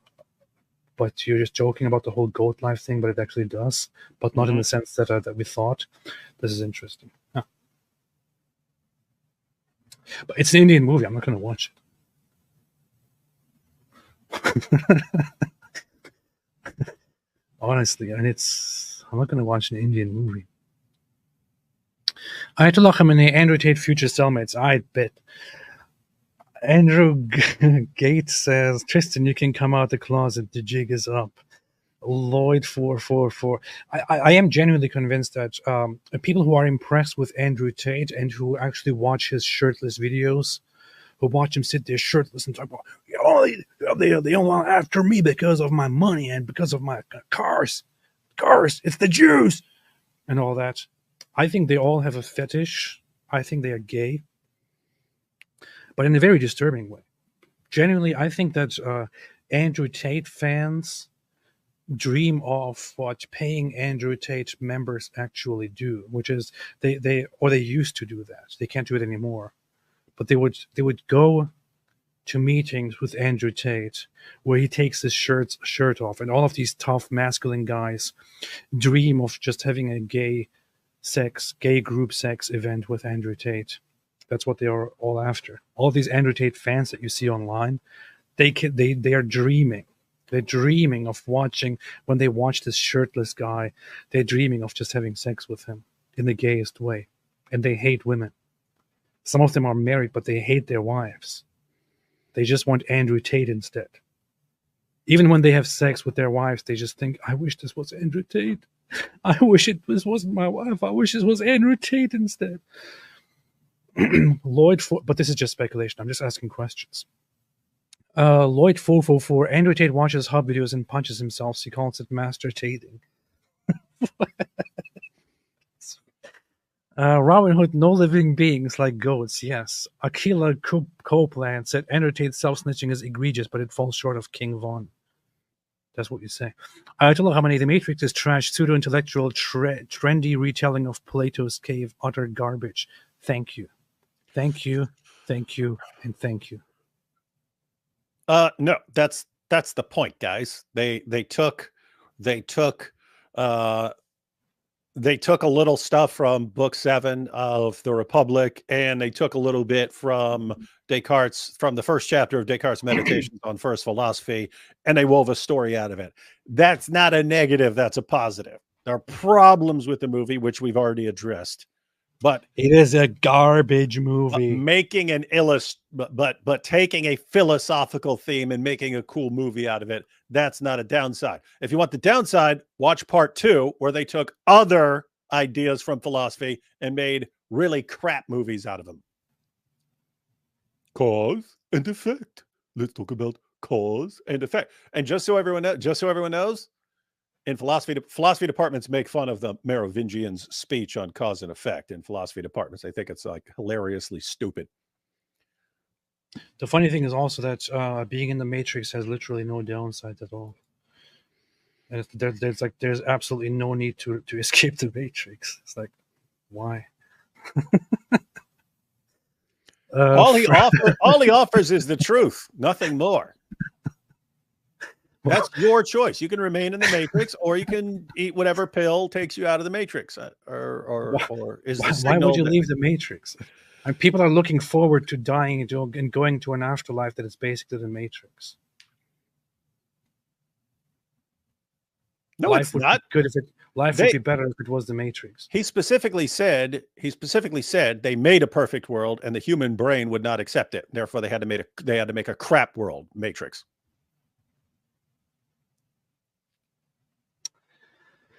My sister has watched The Breadwinner multiple times and still supports Islam cause minority. That's funny. Michael Feldman, Nation of Islam are Muslim are potential fifth columnists in America. I think they're just sick people. You're sick. They're sick. You're sick. Wait, wrong button. You're sick. You're sick. Lloyd 444, like the best Christian apologist competition where Winger came second. Can we do a head-to-head knockout tournament to find the worst Muslim apologist? I don't know. I have to think about that. I think the best Muslim apologist is hands down Al-Dawa, of course. Cam, what do you recommend to memorize Quran verses? Hey, they took a screenshot of that moment. But what's funny is that picture, that's the face that Jake always makes in his videos. He looks like that the entire time he's talking. He makes that face. And let me tell you about Trinity. It's like, dude, smiles. Try smiling. Yeah. Hosanna's anyway. So the Matrix is horrible, absolutely horrible. Like, watch something better. Like watch this movie called The Man from Earth. That's actually a good movie. Hosanna said, "Love you both. David's debate with Kenny on modern day debate about Muhammad's marriage to Aisha is what made me leave Islam. Pray for my husband to also leave Islam and accept Christ." It is pretty based. I'm very happy to hear that. Very happy to hear that, and very good to know. All the best. See, David, at least one person left Islam because of you. Shout out to Kenny for challenging me to that debate. Thank you, Kenny. Thank you. We all owe you everything. Hu Jintao said, "Don't forget Anna Kasperi and Armenian on Young Turks." Yeah, she's kind of weird.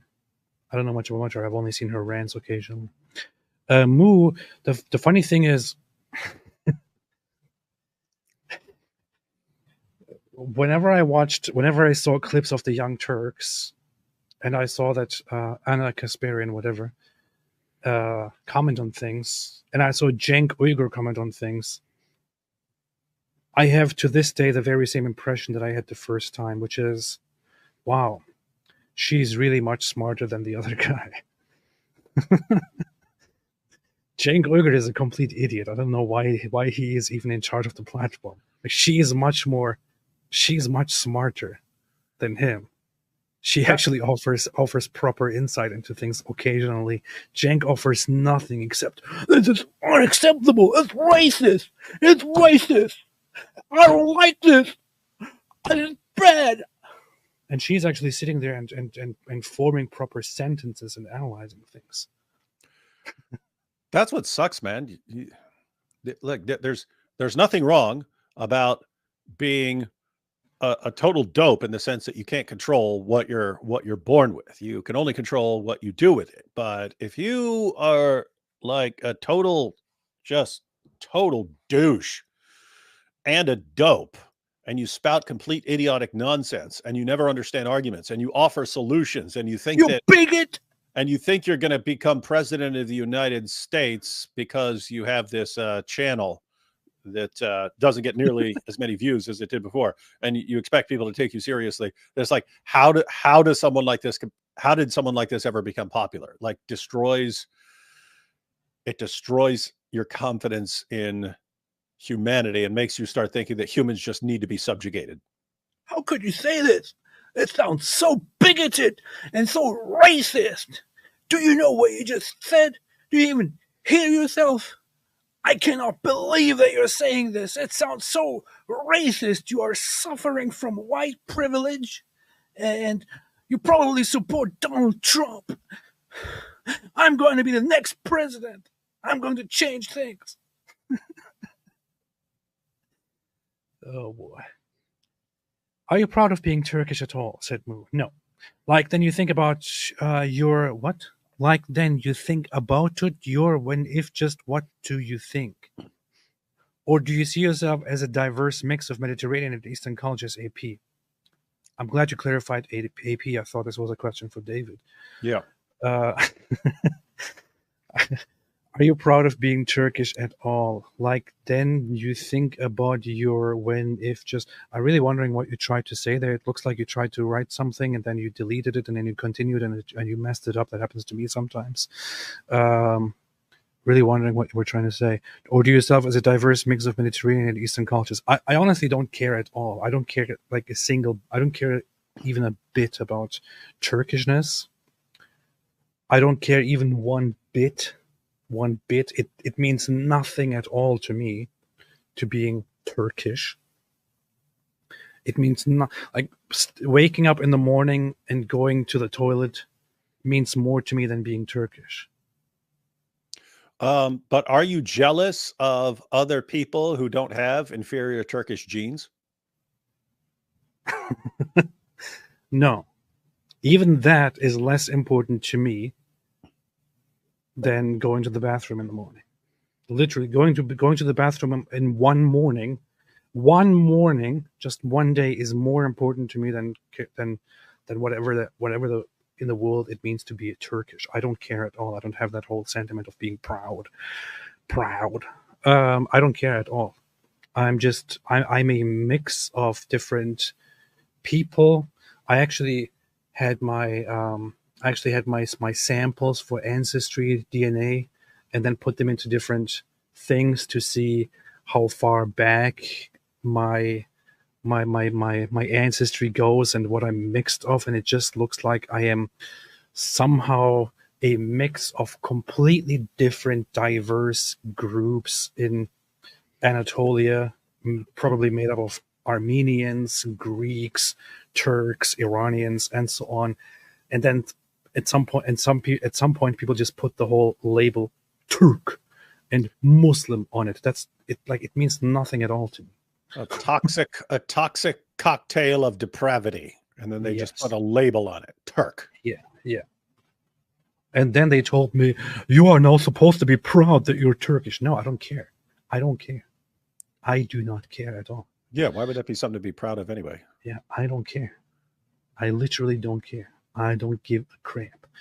Kiko H.U. says, dudes, have you heard the news about Mimi Hijab's family scam college, Cambridge Training College? Yes. I actually heard about this from an Egyptian atheist who told me about it before he published it, and I was a little bit shook when I first saw it, and it seemed totally authentic, and it is authentic. It was him. He ran a scam in the past before he became popular as a Muslim apologist, where he sold fake language certificates to stupid people in the Arab world in Egypt who would think they're buying something from Cambridge. That's pretty funny. I wasn't interested in it at all, and it wasn't surprising because I always assumed all these guys were like scam artists behind the scenes. It's like when someone like exposes a politician for lying. I was like, weren't all these guys lying? Or like this politician committed this crime, and I was like, I assumed they were all committing crimes behind the scenes. So nothing that would shake me mentally here. And so with it's a look, Hijab was in a scam. What else did you think he was doing? Like, I have no idea what else you think. It's like they're going to come out next week and did you know that they're all practicing polygamy and banging each other's daughters and stuff? It's like, oh really? Oh, shocker! I'm so shocked by that. Alhamdulillah. Kurdistan shall rise. Yeah, the South will rise again. That's what they say in Turkey. Turksic. Turkish Matrix. AP, the most diverse man. Yeah. Timothy Moore made a good point and said AP still isn't apostate enough. He cares too much about how he relieves himself. This is something that is still left in me from Islam. I care a lot about how to go to the bathroom, farting, pooping, and all that. What? Hey, did you know that Turkey made some movies back in the day? They did. I'm sure you watched the Turkish Rambo clips, but that was you guys made some serious YouTube gold with those movies back in the day. Yeah, it wasn't me, but everyone should watch Turkish Rambo. It's awesome. Yeah, it's pretty good. Pretty good stuff. Jihadis, I like my women how I like my coffee. Black, silent, and deficient in intellect. That's false. Their obsession is blonde girls. Yes. Well, with the cover black, the cover. Oh yeah. Chesky Goldberger, can David Wood respond to Tova Singer video about Candace O? Tovia Singer made a video about Candace Owens. He made a video. Well, he didn't make a video. I think somebody came up to him during a conference or something and asked about the whole issue with Candace Owens, and then I saw like half of it. He then he started explaining it to the guy, and the guy didn't know very much. But he explained to the guy that basically that this is not about Christianity, and that Candace, with influence from her husband, follows a sect of Catholicism that rejects the authority of the Pope and specifically focuses on aspects of anti-Semitism. And her husband has a history with this, and she obviously adopted this from him, and so on. So it's a whole conversation about that. Because apparently the idea is that Candace is part of the, Sedevacantism, the guys who reject the authority of the popes after the Second Council. And Yeah, and they specifically have a problem with the fact that the Vatican denounced anti-Semitism. Yeah, I don't know. Check it out. Caleb Robinson, I like how Muslims subconsciously believe Jews are more powerful than Allah. Crazy how they think the Jews can corrupt that which Allah has said can't. This is the thing with the obsession with Jews. Both Muslims have that and the neo-Nazis have that. The neo-Nazis will on one hand suggest that Jews are racially inferior people, and on the other hand claim that they are that all their suffering is because Jews are so powerful that they control everything. And the Muslims will do the very same thing. They will accuse them of controlling everything and being responsible for their suffering, but also of corrupting all of their scriptures in the past, messing up Allah's plan, basically being better than Allah, and so on. It's just so insane. David, you were saying? Yeah, the only thing here is that thinking is playing a role in the obsession with dealing with the Jews, that Muslims always seemed like powerless, like for decades, completely powerless. Like for 14 centuries, we've been crushing the Jews. And all of a sudden Jews just become indestructible powerhouses who can just slap around entire Muslim groups at will. Terrorist groups just slap them around like they're no problem at all. And always in the back of their minds, it's, gosh, why do these guys seem more powerful than Allah here? How is Allah on our side when this is going on? In other words, ladies and gentlemen, it's causing doubts. And just as with an individual Muslim, if you have an individual Muslim and you show him all this information, it makes him start having doubts. He'll start acting more devoutly Muslim because of the devout. He's compensating. And the ummah is kind of like that, in the sense that it's causing them doubts. How can we think that Allah is really on our side? And so they have to portray themselves as more devout and more obsessed with going after the Jews and so on. But I mean, yeah, the longer this continues, I think the more it's going to scramble their brains. Yeah, that's pretty good. There was a Turkish series on Netflix, The Club, that was pretty good. Deborah, I think I saw it and turned it on sometime just for some background noise. Then it reminded me too much of how Turks are. Then I turned it off.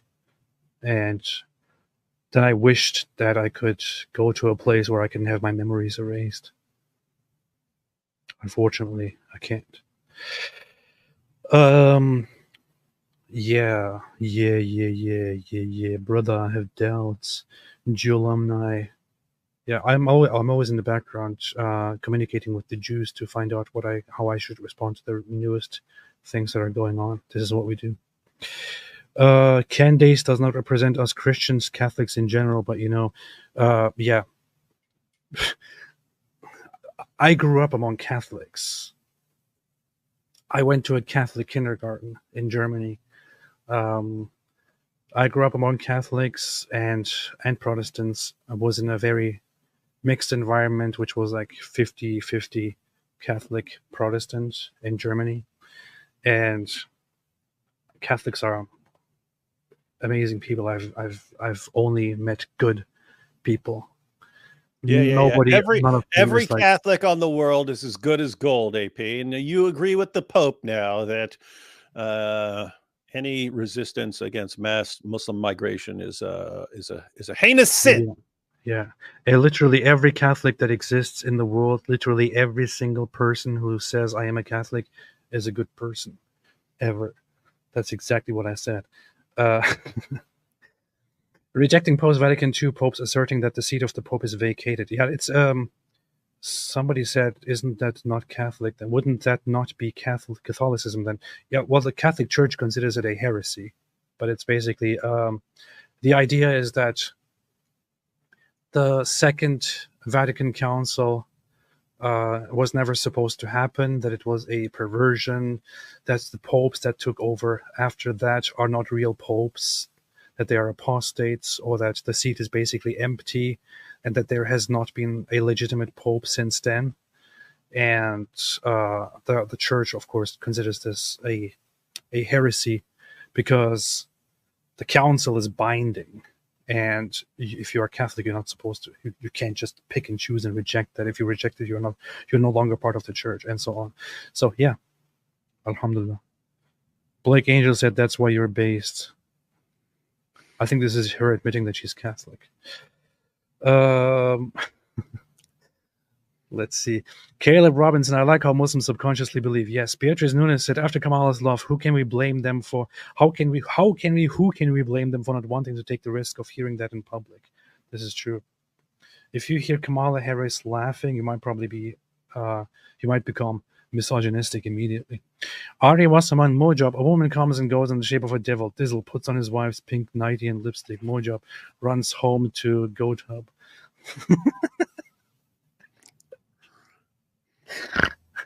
Dylan says, have you guys seen the debate between Andrew Wilson, Muslim Lantern, Sneeko? I haven't. We still might want to go through that as like an extra, because there's all kinds of stuff that we've. I don't like Andrew Wilson. Over the next couple days. I can't respect the guy, Andrew Wilson. Doesn't mean it's not funny to watch him do some math on Muhammad and Aisha. Maybe. I would totally watch Jay Dyer versus Muslim Lantern because I like Jay Dyer. And I would totally look at that. In fact, I watched a little bit of it, and I think it was pretty nice. And he buried them once again. But I just can't take the guy Andrew Wilson seriously, man. I don't know. And Wyckoff, Mossab Hassan Youssef should debate. You're just mad because he burned up your boy, Matt Dillahunty. No, you know what? I can't take someone seriously who's hosting or being a regular on a show like the Whatever podcast. It's like with Myron, and when they run Fresh and Fit.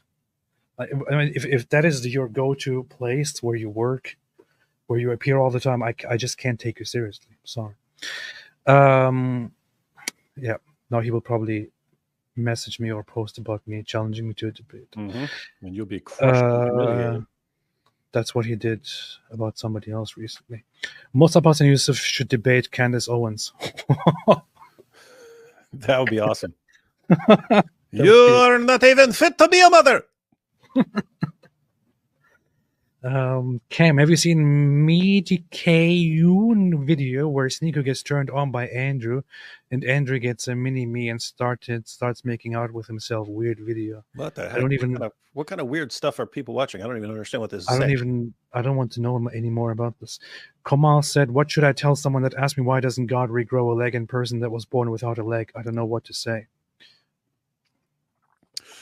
Then you'd have to study a little bit on the problem of evil, why bad things happen in our world, and so on.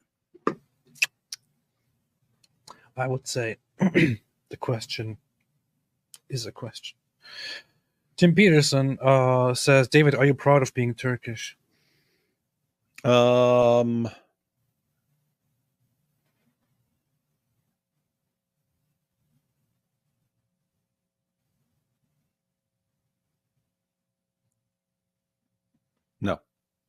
Okay. Fern the Fig says, I call Cenk Uygur chunk yogurt and would like to catch on, please, and thank you. Would like that to catch on. Yeah. We've been seeing chunk yogurt for a while. Chunk yogurt thinks everyone is a racist bigot. Lloyd444 says, I like my women how I like my coffee. Black, blonde, rose, silent, uneducated. There you Happy go. now, David. This must be what it's like to tell a theological joke to Mike Winger. Burn. You just got bushnelled. Block this dude. Lloyd444 said, jihad is nothing compared to Jihad. You see? Ash McLeroy, POV, your Momo. Difference between Abu Bakr and Dihya Al-Kalbi. Well, hanging out with Abu Bakr makes you a whole day, but just an hour with Dihya makes you a whole week.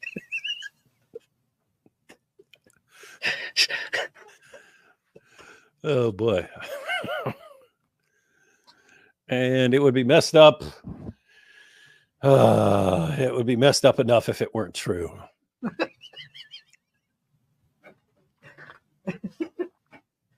Yeah.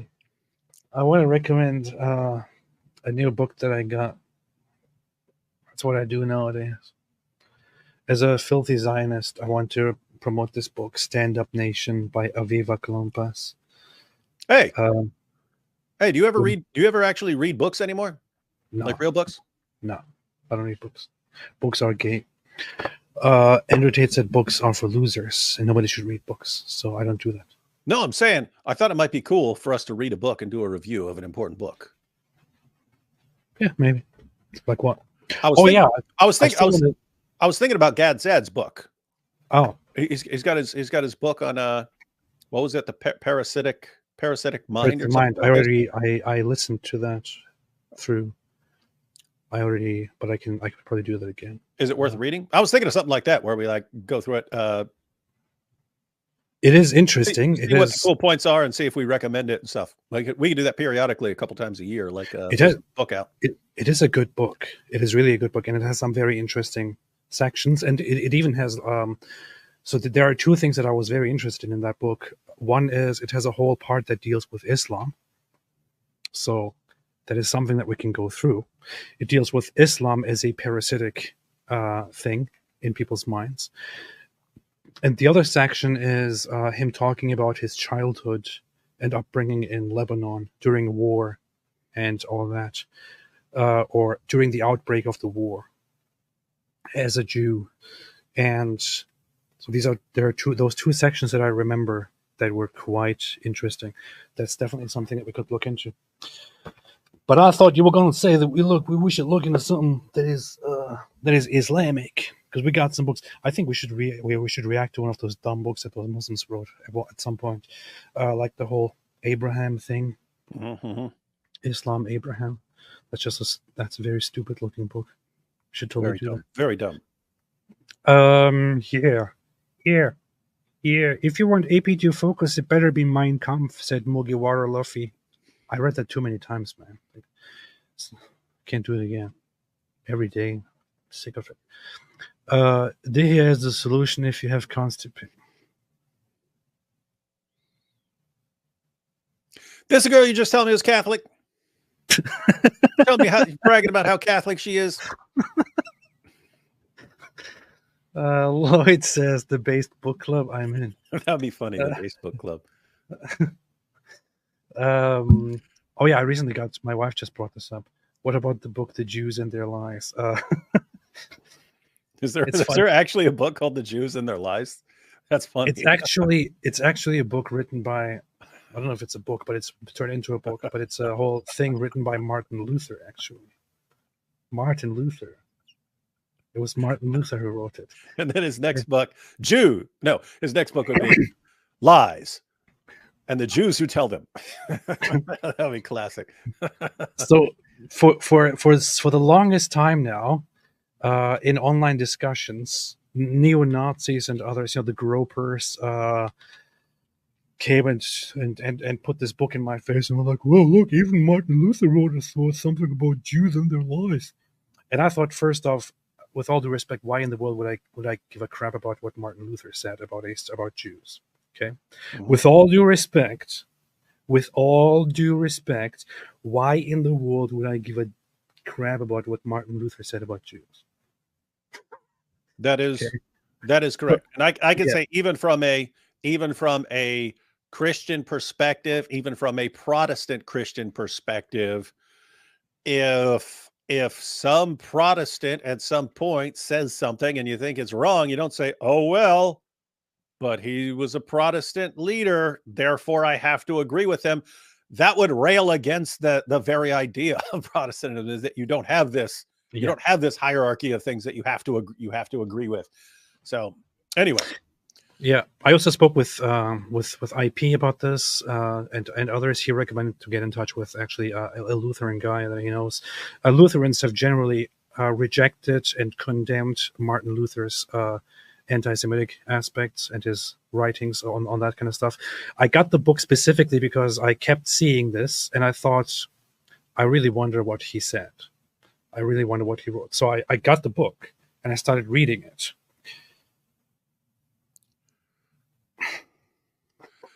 And here's the thing. Look. I have for many years, for the longest time, had respect for what Martin Luther did, in a sense, which is his whole role in the Reformation, his objections to the Catholic Church, to the authority, and so on. And I understand why he has become such a crucial figure in Protestantism.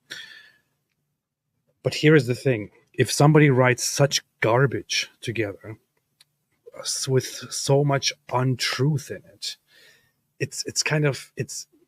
it's very hard for me to further respect that person and take that person seriously in their ideas in general. Because I opened the book, I started reading it, and the first thing that I read when he actually gets to the topic and starts talking about the Jewish lies is something about how Jews every day go and praise themselves as the chosen special people who are better than everyone else. Hey, sounds like a groiper. Simply by their bloodline and by their heritage and ancestry. And I thought, wow, are you freaking kidding me, man? This is the level of complete stupid nonsensical garbage that I would read from some idiot on Twitter. And this is what I read from Martin Luther. And it's just so stupid because and as soon as I got the book, I was kind of trolling my wife there when I got the book and put it on the table, and she's like, what is happening? So I'm really getting into this Martin Luther stuff. So I opened the book and I started reading it, and I showed to my wife. I said, here, let me debunk this here in just 1 minute. So I read that section about what Jews supposedly do every day, and then I opened the Talmud. Right? I opened the Talmud and showed directly a quote from the Talmud that precedes Martin Luther by over 1,000 years. Okay, or nearly 1,000 years, around 1,000 years. It's a direct contradiction to what Martin Luther claims. Right? I'm actually going to put it up right here. I have it bookmarked. Just because gropers tend to be that retarded too. So Martin Luther claims in that book that Jews have this fundamental idea that they are better than everyone else just because of their bloodline, because they descend from other Jews and so on, because they were chosen by God and whatever it is. Now I'm going to go to the actual Jewish texts, to the most important part of the Talmud, to Sanhedrin, when it comes to law.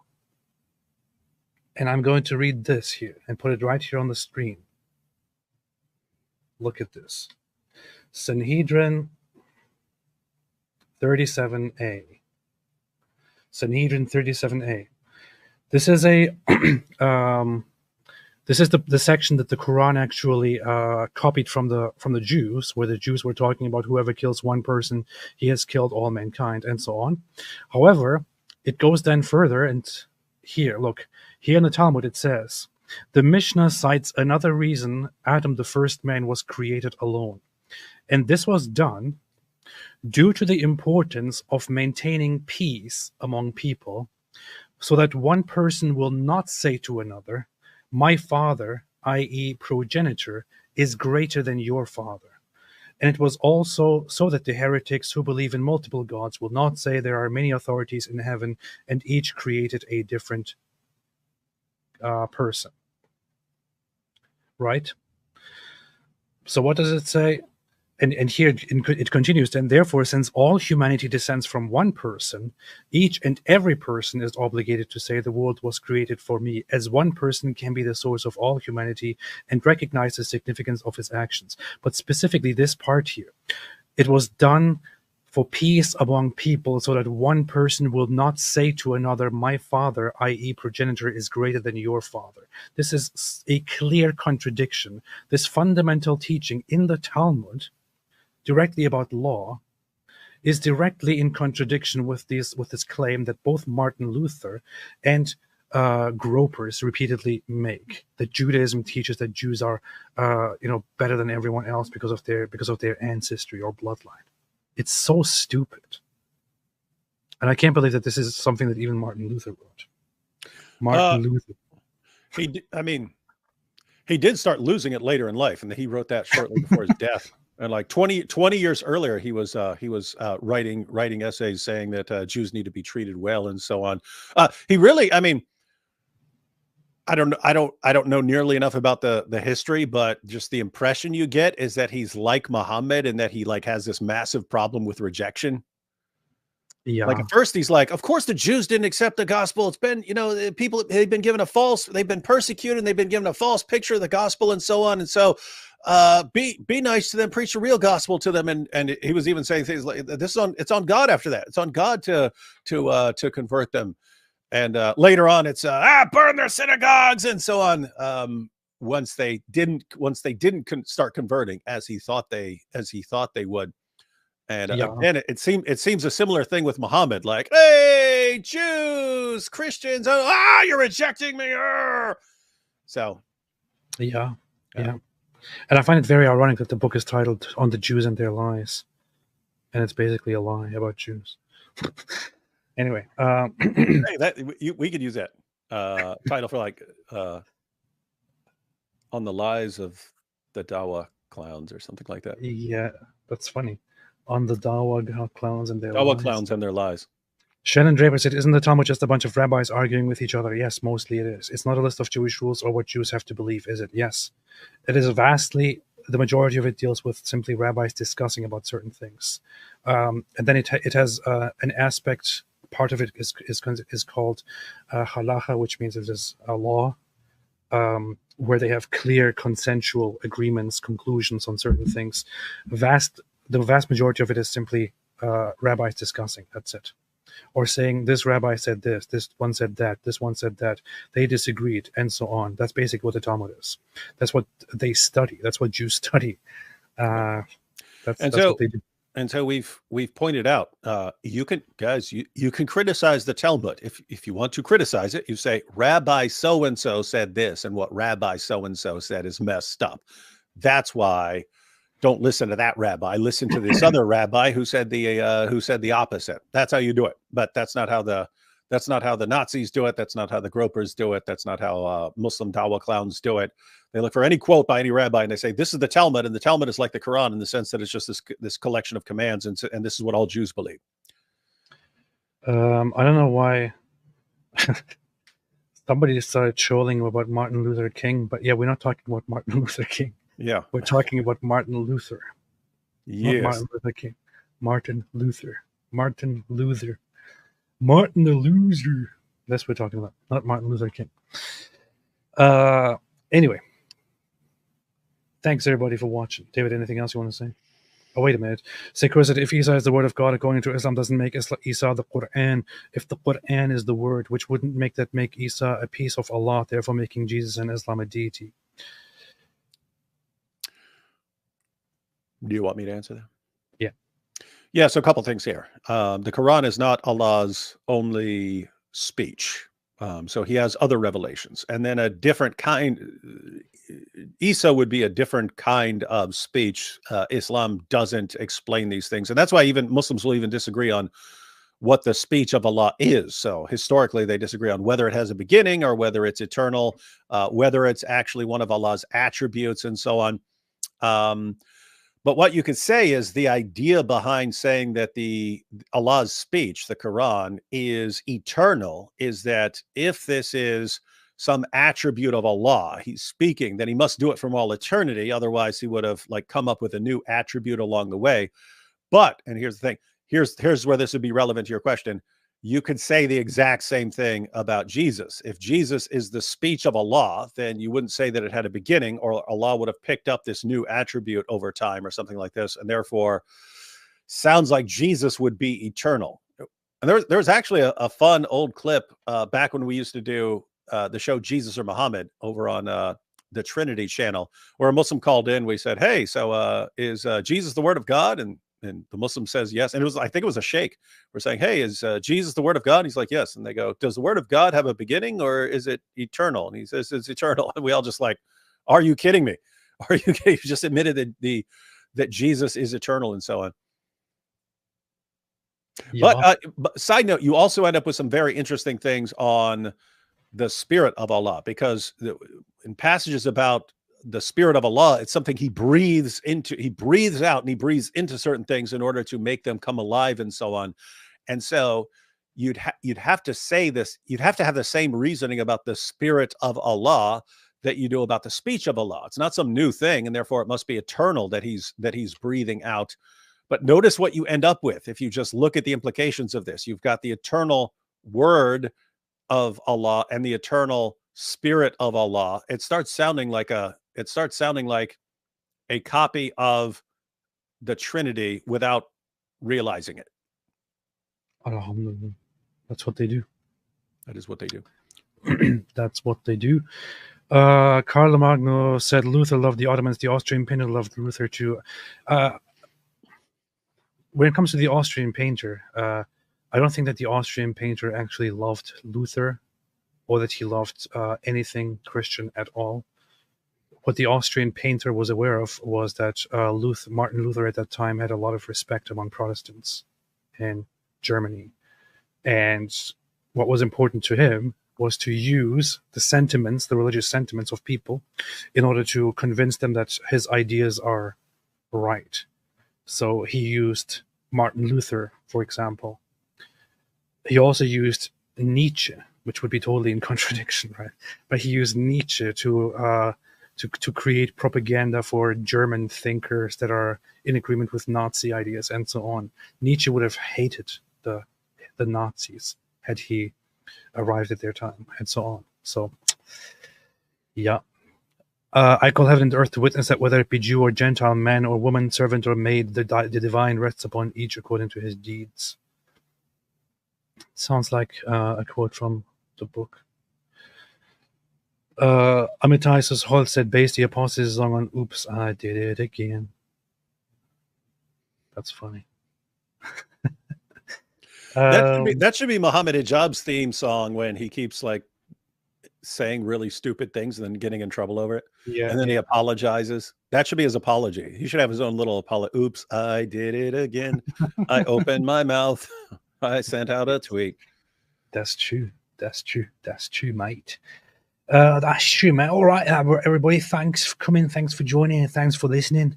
Make sure you like the stream and leave a like in it. And tomorrow, I think we're going to be live again on David's channel, in it. No. I'm live with Rashid tomorrow, though you're welcome to join in. Okay.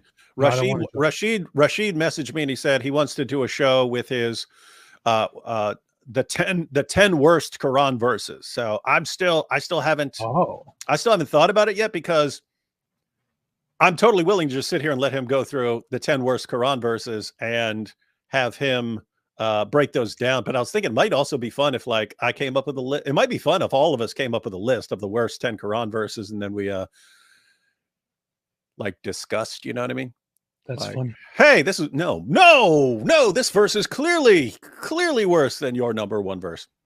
That's funny. That's funny. So tomorrow we will not be live on David's channel, but tomorrow David's going to be live with Brother Rashid on his channel, where they're going to talk about some uninteresting stuff about it's going to be super based, way more based than AP's channel. No, it's actually a very interesting topic. The 10 worst Quran verses. Would always suggest checking out. Anna Sylvester said AP's chat is probably the only place where Christians and atheists coexist peacefully. LOL. That's kind of funny, isn't it? That is. Plus also Jews. I checked, and my audience nowadays is like 15% from Israel or something. Like for a tiny country. You see? Black Angel AP totally humiliated. I know. David just really bushnelled me with that response. That was pretty bad. What? Say hi. Is that what that says? I don't even know. I can't read. I need to work on my Hebrew. All right. Thanks everybody for joining. And also, before I forget, thanks everybody for joining. And while you're here, don't forget to like the stream. And as always, Jay says AP the Zionist chill. What are you talking about? I'm not a Zionist chill. I'm a Zionist. I'm a proud and happy Zionist. Here. Look, I just recommended this book earlier. Aviva Klumpus, fantastic person. We met her in person in Israel. Has a new book, Stand Up Nation. She was very based. And read it. Israeli Resilience in the Wake of Disaster. I'm a proud and happy Zionist. Look. Here. See? Hope this hurts you. No, I don't hope it hurts you. I just think that you should stop calling people these dumb things. Anyway, have a fantastic day. A goat upset Zionist chill. Nice. Thanks everyone for watching. Have a fantastic day. And as always, as our favorite goat likes to say, stay away from Islam.